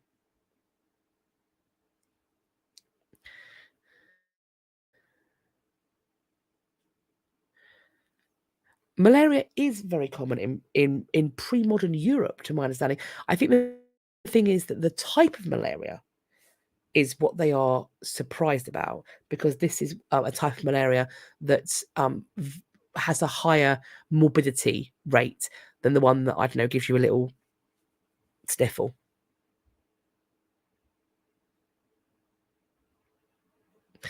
Jennifer's asking for a loo break. It's because, you see, I have it's spending the time I've spent in costume, because on certain occasions when you're wearing well, frankly, a bum roll or panniers, and it makes peeing quite difficult. You have to essentially get yourself undressed, because they didn't wear nicky noos under their clothes, and they would just pop a squat. Whereas I am wearing nicky noos because I'm also wearing clothing that other people wear, and I don't feel comfortable not wearing nicky noos. So that means that I have to essentially get undressed to pee, and what that gives you is a bladder of steel, and possibly a greater propensity for kidney infections. This very exciting. I know the team at Hiva, and they are incredibly lovely people, and I'm so pleased they've made this find. It's incredibly exciting. And if you haven't already subscribed to History Hit, their documentary on this find is out. It was out last Thursday. Of course, I do have a code. If you use Reading the Past 30, you will get a discount on your year's membership. But this is the find: a prayer book that belonged, or at least was in the painting of the Holbein painting of Thomas Cromwell, has been rediscovered, and it's been found by the team of historians who are at Hiva. This is the 1527 Book of Hours that is found in the painting, which I'm going to show you in a minute. This book of Hours, is part of a wider print run, and included in that print run are books of hours that were owned by both Catherine of Aragon and Anne Boleyn, both of which had previously been on display at Hiva. They have Anne Boleyn's prayer book. The Catherine book came to Hiva for an exhibition. Now they are displaying this Cromwell book. So here it is in the painting. You can see it on the green cloth in front of the table, and it's identical. One of the clasps is missing in the book today, but it's, when you put the two together, it's perfect. So Kate McCaffrey, who found some incredible things in Anne Boleyn's prayer book, she is the one that made the link between the two prayer books owned by Anne Boleyn and Catherine of Aragon in 2021. And then she went to Trinity College, Cambridge, and found another version of the Book of Hours, which has then been linked to this portrait of Cromwell. It's been checked over by a team of historians, including Tracy Borman, and they are sufficiently satisfied that these are one and the same book.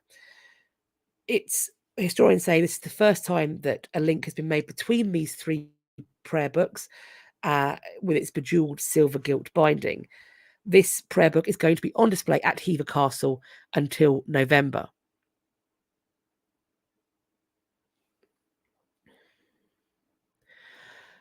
They have done so. I know between the Anne Boleyn and the Catherine of Aragon, there has been some comparisons done in terms of the quality of decoration, in terms of use, in terms of which bits are touched and kissed and all the rest of it, and other marginalia as well. So I'm assuming that very similar stuff will be happening with this text too. So check out, if you get a chance to go to Hiva and check it out, you will, I'm sure, see some stuff going on there. Good question. I don't know. If I find out, I will certainly let you know, though. Yes. So the illustrate, what happens is with these books of hours is there is a space with the image. So what they do is there's the engraved image that's supposed to be there, and then a watercolorist or an illuminator will paint it in whichever style the owner wants to have, and they will add gold leaf and all of the rest of it, because this is one of the myths about the invention of the printing press, that it suddenly just democratizes learning. then all of a sudden you can start producing thousands of print runs. In actuality, at the very start of the printing press, you are probably producing as many, if not slightly less, than a large monastic copy house where you've got 1,000 monks handwriting out pages full time as their job. Print runs are similar to that. And what the print is trying to imitate is the manuscript. So they are still going to leave large spaces for illuminated letters because they want their printed book to look like a manuscript. Anne Boleyn's Book of Hours, I believe, is on permanent display at Hever Castle, but these ones are... So the Catherine of Aragon book was loaned, and this one is being loaned currently. So I'm not sure how often it's going to be on display, but the Anne Boleyn one is on display all the time, is my knowledge.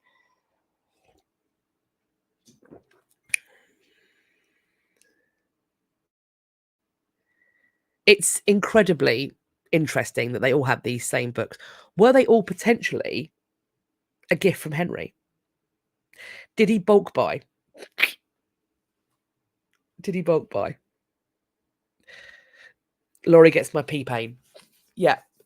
You wait as long as you can. You wait as long as you can because it's just a pain in the pain in the bum, frankly.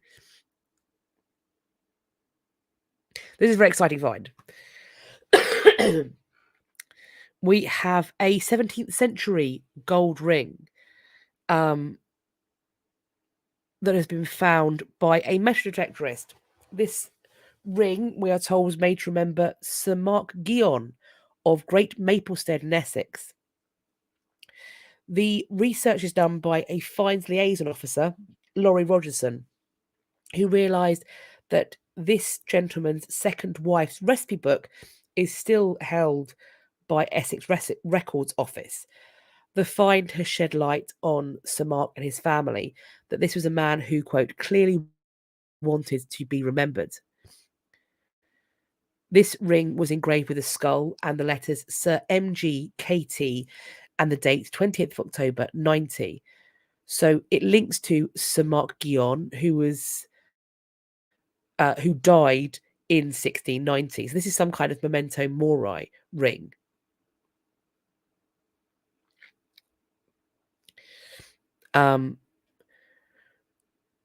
Miss Rogerson said, quote, "We have more records of people who had higher positions. This allows us to build a more detailed picture of the person that commissioned the ring. He was made Sheriff of Essex in 1675, a Justice of the Peace in 1678, and was buried at St. Peter Advincula Church in Coggeshall. This is a mourning ring, one of a number he commissioned to be made after his death, to be worn by friends or family in his memory. These rings are popular between 1650 and 1750. Miss Rogerson said, quote, "What makes the ring more interesting is knowing he had people close to him that died.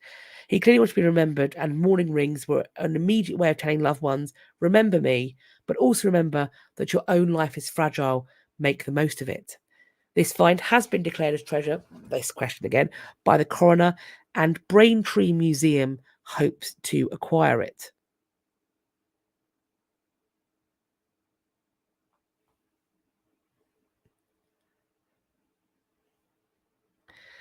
He did indeed. He was like, "You're coming to my funeral, friends? Well then, have I got some gifts for you?"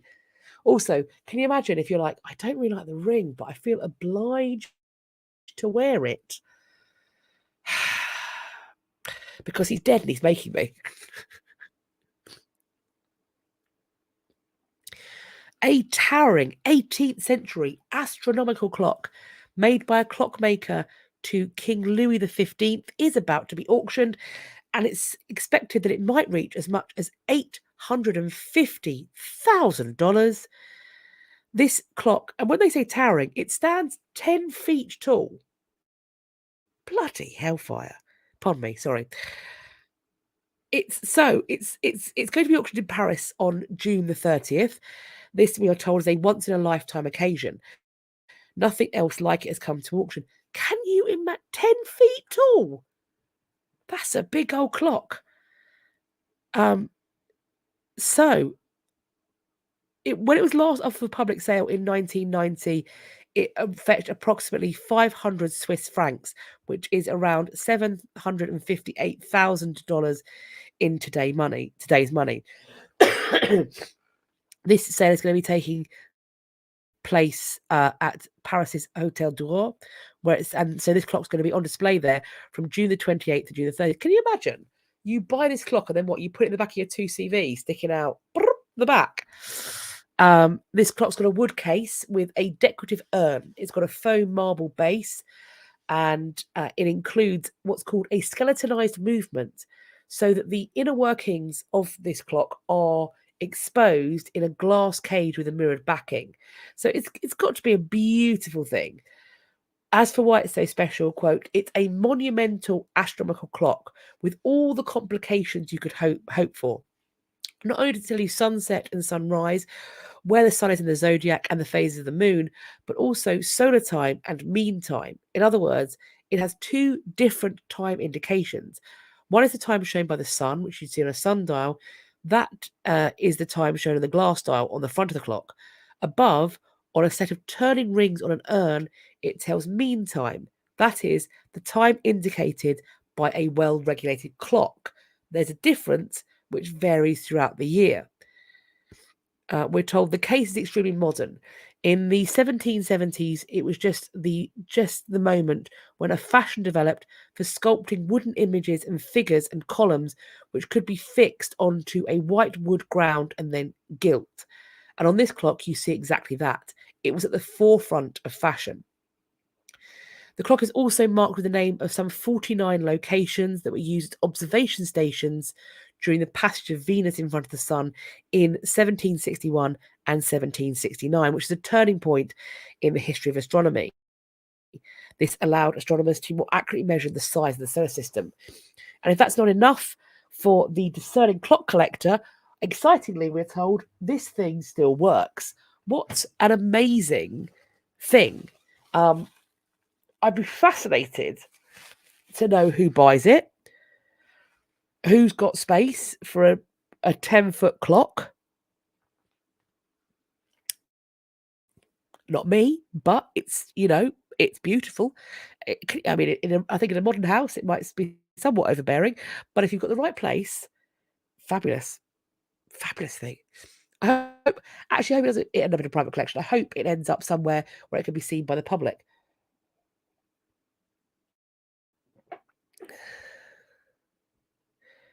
Questions I'm asking myself: who has got the money and the high ceiling required? Good question. Where they be keeping it? In private collection, in probably somewhere with a vaulted ceiling, I'm imagining.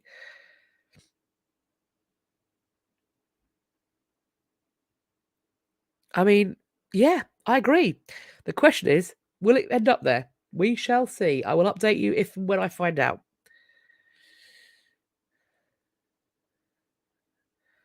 We have got a diary on a woman from York from the 1800s. It was discovered accidentally some 30 years ago. This is the diary of one Jane Eubank, and we get to know her interests in science, theatres, concerts, the natural world during this period against the backdrop of the Napoleonic Wars.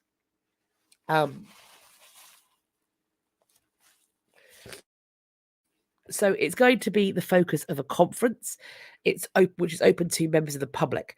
It's going to bring scholars together from women's history, the history of science, literature, theatrical performance, music, and historical archaeology from across the UK and the US to contextualise and analyse this diary.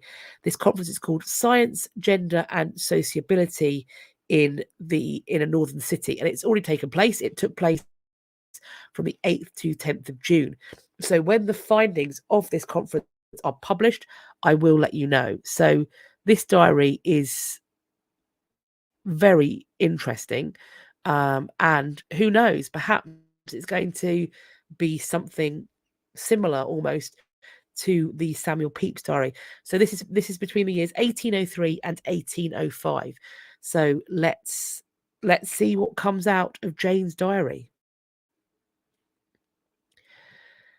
I found this article before the story about the submarine going missing. I don't know if everyone's seen that, but the submarine, which is looking at the Titanic, there was a kind of privately funded, you can take trips there if you're rich enough. Apparently, some has gone missing. So one of these submarines has gone missing.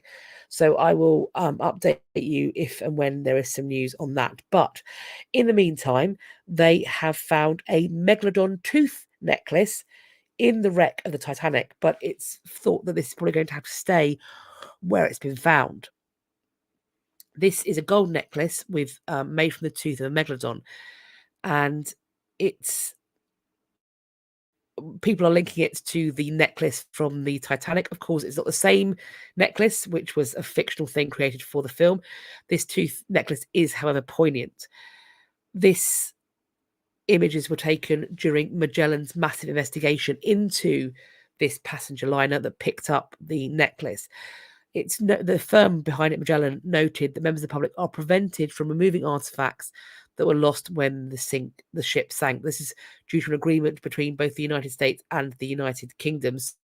So the researchers can't touch the wreckage, and so this might stay at the bottom of the sea forever. They have been seeking out the owner of the jewellery, using artificial intelligence to contact family members of the 2,200 people who were on board the Titanic when it sank. Megalodons are known to have lived from 20 million years ago, becoming extinct around 3.6 million years ago. So it's a beautiful thing that probably we'll only ever see in photographs and almost certainly not on dry land. My husband said it's way cooler than the necklace in the film. I mean, yes, but if you want to buy me a big sapphire necklace, babe, do feel free. Don't you worry about that.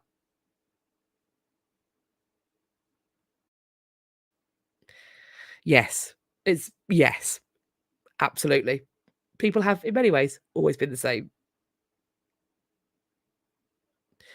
Yeah, that's what I was talking about. So this submarine has gone missing. They've sent out search and rescue.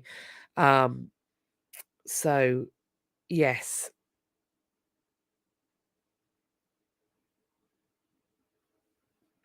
we have got some people behaving disgustingly.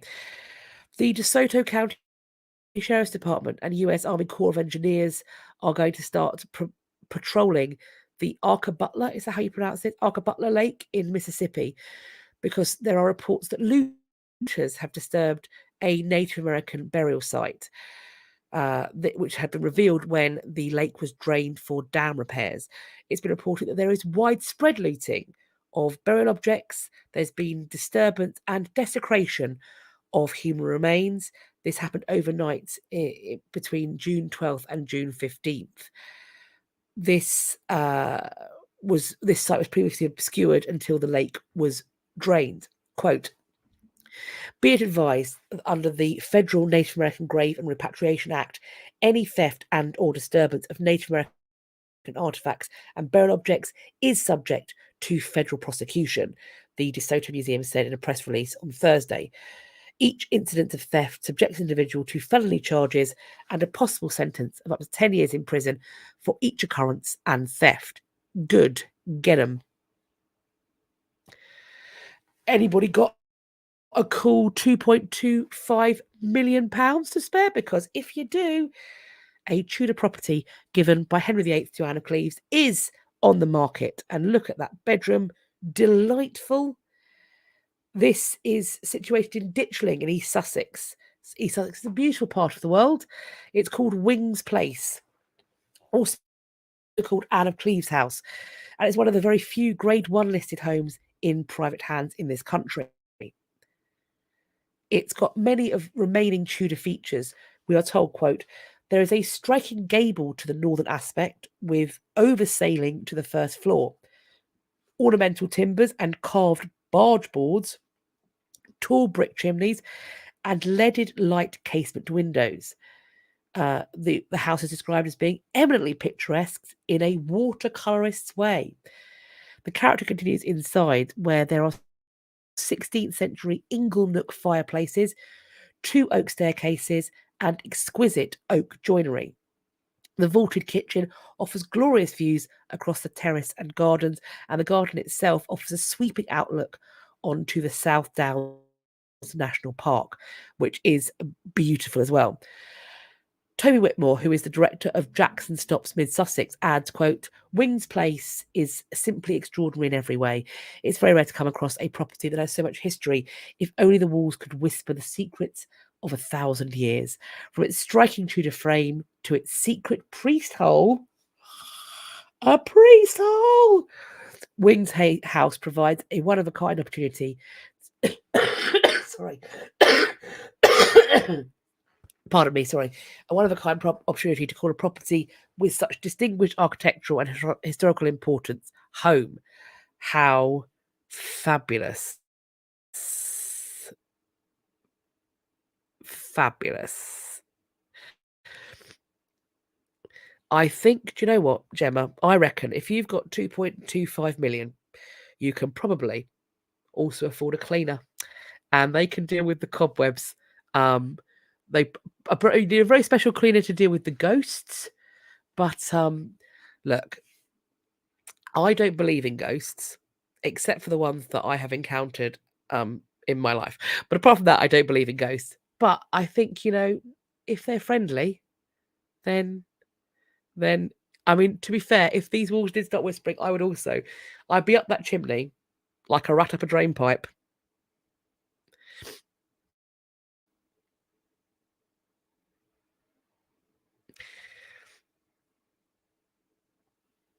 We've got another auction coming up.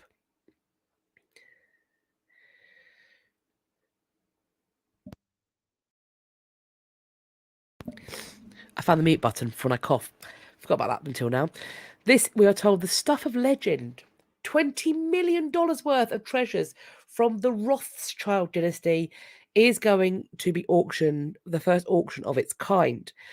This is some 600 objects collected by the French branch of the famed Rothschild banking family. And I'm going to tell you, before I read this article, I was not aware there was a French branch, but there is. We're talking paintings, furniture, enamels, maiolica, Renaissance jewellery and silver, all going on sale at Christie's in the autumn. This is a North American auction, Christie's North America, and it's expected to fetch in excess of $20 million. It's going to take place in October at the auction house's Rockefeller Plaza headquarters. The highlights of the sale are currently on a world tour. They've been in Hong Kong and they are bound for London, so my home city, and they're going to be on display, I assume, at Christie's from the 1st to 7th of July. So if you are about in London in that week, come and check it out. This sale, we are told, will include Kunstkammer objects, which is, wonder cabinet objects, including Nautilus shell cups of the kind we're seeing in the picture, Renaissance-style jewels, and important Urbino Gubbio and Hispano-Moresque ceramics. They've got Sèvres porcelain, Dutch paintings, and Italian Pietradura cabinets. There's a series of gilded leather panels depicting the triumph of David, which is attributed to a follower of Rembrandt. They are estimated themselves to fetch $1.5 million. They've been unseen in public eyes for 150 years. Unsurprisingly, there is already a stir in the market. Wowie. And now, friends, that's the end of the new news. And we are moving on to the ding-dong news. Ding-dong news. Ding-dong news. And it's a bumper pack of ding-dong / genital news. It's not just ding-dongs. All genitalia is being discussed today. So let's go. We've got pilgrim badges that have been found. These are interesting. These are mischievous badges that have been located. This was found at the front of a door to Grote Market. What you see here, the top one, sitting upon a horse, is Venus, personified as a crowned vulva, which is firing fiery arrows of love with her crossbows. Look, if vulva is giving you the experience of fiery arrows of love, see a doctor because you need to take some amoxicillin. The assumption is that medieval people would have laughed about it, as presumably they would also have laughed at this winged phallus, which is it's a penis with hairy legs, and it's just a lot. It's a lot. So it's the assumption is that these sexual pins are sold in some kind of commercial way by peddlers and storytellers at fairs and carnivals, wherever large groups of people gathered. In my mind, this is like you're on your stags and hens, or if you're in America, bucks and does, pre-wedding. And this is the equivalent of like the penis dealy boppers. This is the pilgrim badge of those, and yes, it is. I don't know what to tell you, but isn't it joyful? Isn't it joyful? It does look like a. But can I just ask a quick question? By show of hands, who would want replicas of these? Because me, hardcore. I will put them on my lanyard. I will wear them when I'm teaching children, and I double dog dare them to ask me what they are.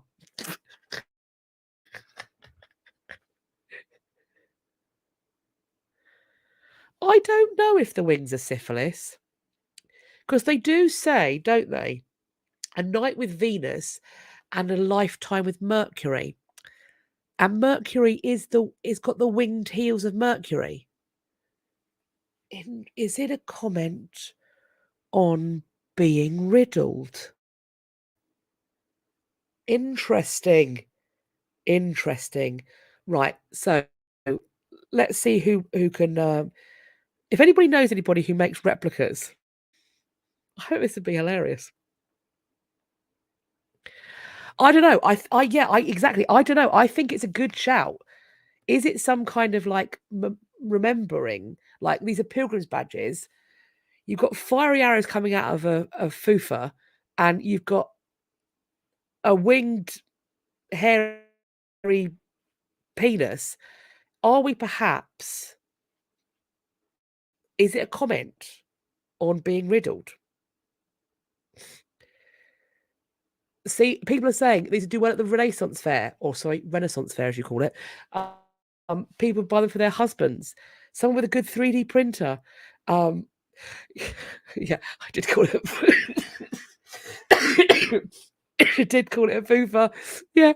Okay, carrying on with the ding dong. This is as headlines go. Stone penis found in medieval Spanish ruins had a violent purpose.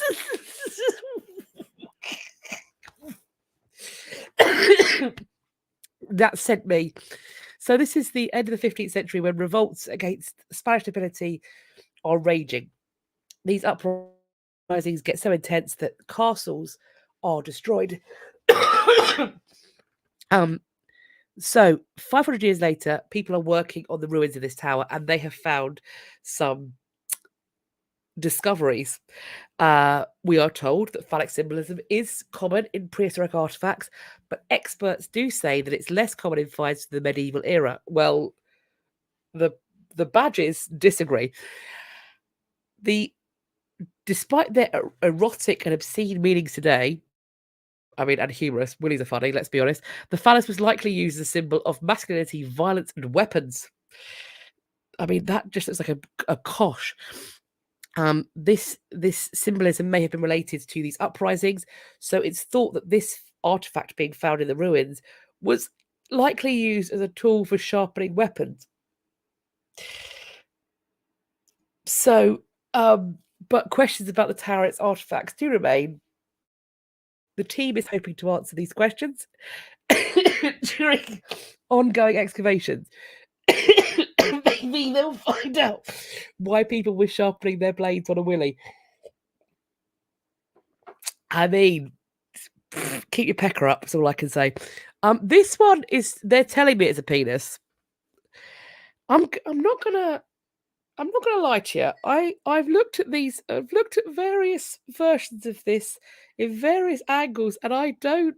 I mean, is it the magic eye of penises? Because I don't see how. Okay, apparently this is a phallus. So a new railroad is being constructed, and the scientists have excavated a site from May to June this year. When doing so, they have found two curious stones, and one of them was a grave ord. These are common in Scandinavia from the pre-Roman age. The other stone unearthed is shaped like a penis. The phallus is a powerful and important symbol throughout the ancient world. Thank you, darling. He's brought me water. Isn't he good? See a dismembered hand come in. That's my husband's dismembered hand. He's very good. So, according to the archaeologist Rebecca Johnson, hundreds of similar white penis stones have been unearthed in Norway, but it is apparently a rare find in Sweden. At first sight, it looks like an elongated stone standing up. It does indeed, Rebecca, but you're going to tell me more. If you look closely, you can see several elements. This is to show this has really been modified to look like a phallus. I mean, if you say so, love, I'm not sure. I can't see it. I've squinted. I've winked at it. I've winked at the weenie, but I've not seen it myself. The excavation works have been completed. All reports have been finished. These unearthed stones will be transported to a museum. This one is going to be handed over to national historical museums. So if you're there, check out the penis stone. This one I've put in ding dong because it's genital related. And I don't. Okay, here we are. So we've got ancient Egyptians drinking a gnarly brew, quote from the headline, of hallucinogenic drugs and human blood. Sounds like a Friday night in my late teens, to be honest. I kid, partially. This cocktail is being described as, they have found a 2,000-year-old vase, and in it, they have done an analysis of the stuff. They found alcohol, honey, and a variety of human bodily fluids. Because why have one when you can have more than one? So they have found in this, let's just go there. So they have found a psychoactive plant called Peganum harmala, which is commonly known as Syrian rue. The seeds of this plant produce high qualities of the alkaloids harmine and harmaline, which induce dream-like visions. Today, Syrian rue is sometimes combined with other plants, such as mimosa, in order to create a brew that mimics ayahuasca. Wow. Okay. So they found a second, not content with that. There's another psychoactive plant called Nymphaea cerula, or blue water lily. So combining all of that, they are tripping balls. And then on top of that, the devotees of Bez, who this is the worship system for, then spiked the potion with other components. So alcoholic liquid derived from fermented fruit, as well as honey or royal jelly. On top of that, they found a high presence of human proteins, including breast milk, fine, mucus fluids, either oral or vaginal, and also blood. The author of this article has said that's how you do a Bloody Mary. I assure you, it's absolutely not. There is a version of this yet to be published study available on Research Square. The links are to be found. Yvonne says, I'm not sure the visions are worth it. I agree. Purple Conundrum puts a good point. A hazing cocktail. It does. It you know, it's like one of those things where you'd be round with your mates at university and you'd have a dirty pint and somebody would think it hilarious to put Baileys in it. So the whole thing would curdle. And then whoever lost the card game had to drink. And by that point, it's usually like 5 a.m. everyone's already hungover, having not been to sleep yet, and then you've got to drink a kernel pint, and almost always someone pukes.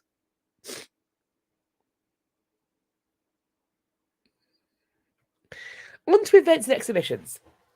For those of you with young people, this is some fiction aimed at young adults.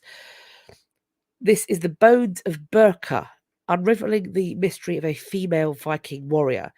This is a look of the story of BJ581, a grave in Berka where a female Viking warrior was buried. Apologies.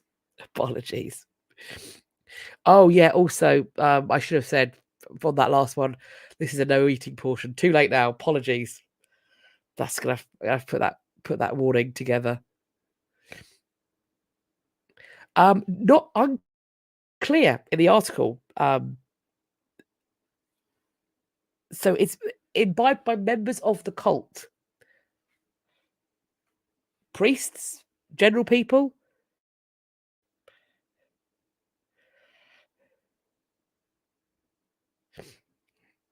So yes, we have this book that's coming out, and it's supposed to offer information about Viking society, but also what we know about the discovery through archaeology and osteology, and even explains the academic debate over this topic. So if you have young people in your life who are interested in the Vikings, then perhaps this would be a good book to buy as a present.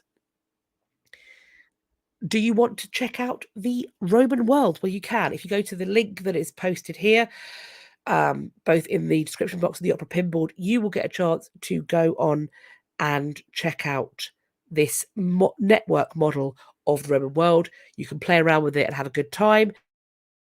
So I thought that was worth sharing. And there's also an instructional video about how to use it. So do check that out.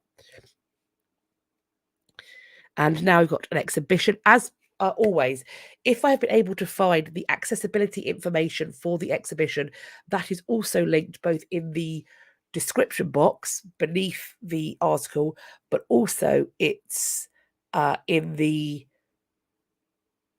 Opera Pinboard beside it as well. So it's linked in both places. This is the same people that put together that amazing exhibition on fantasy and storytelling, that the book I absolutely love.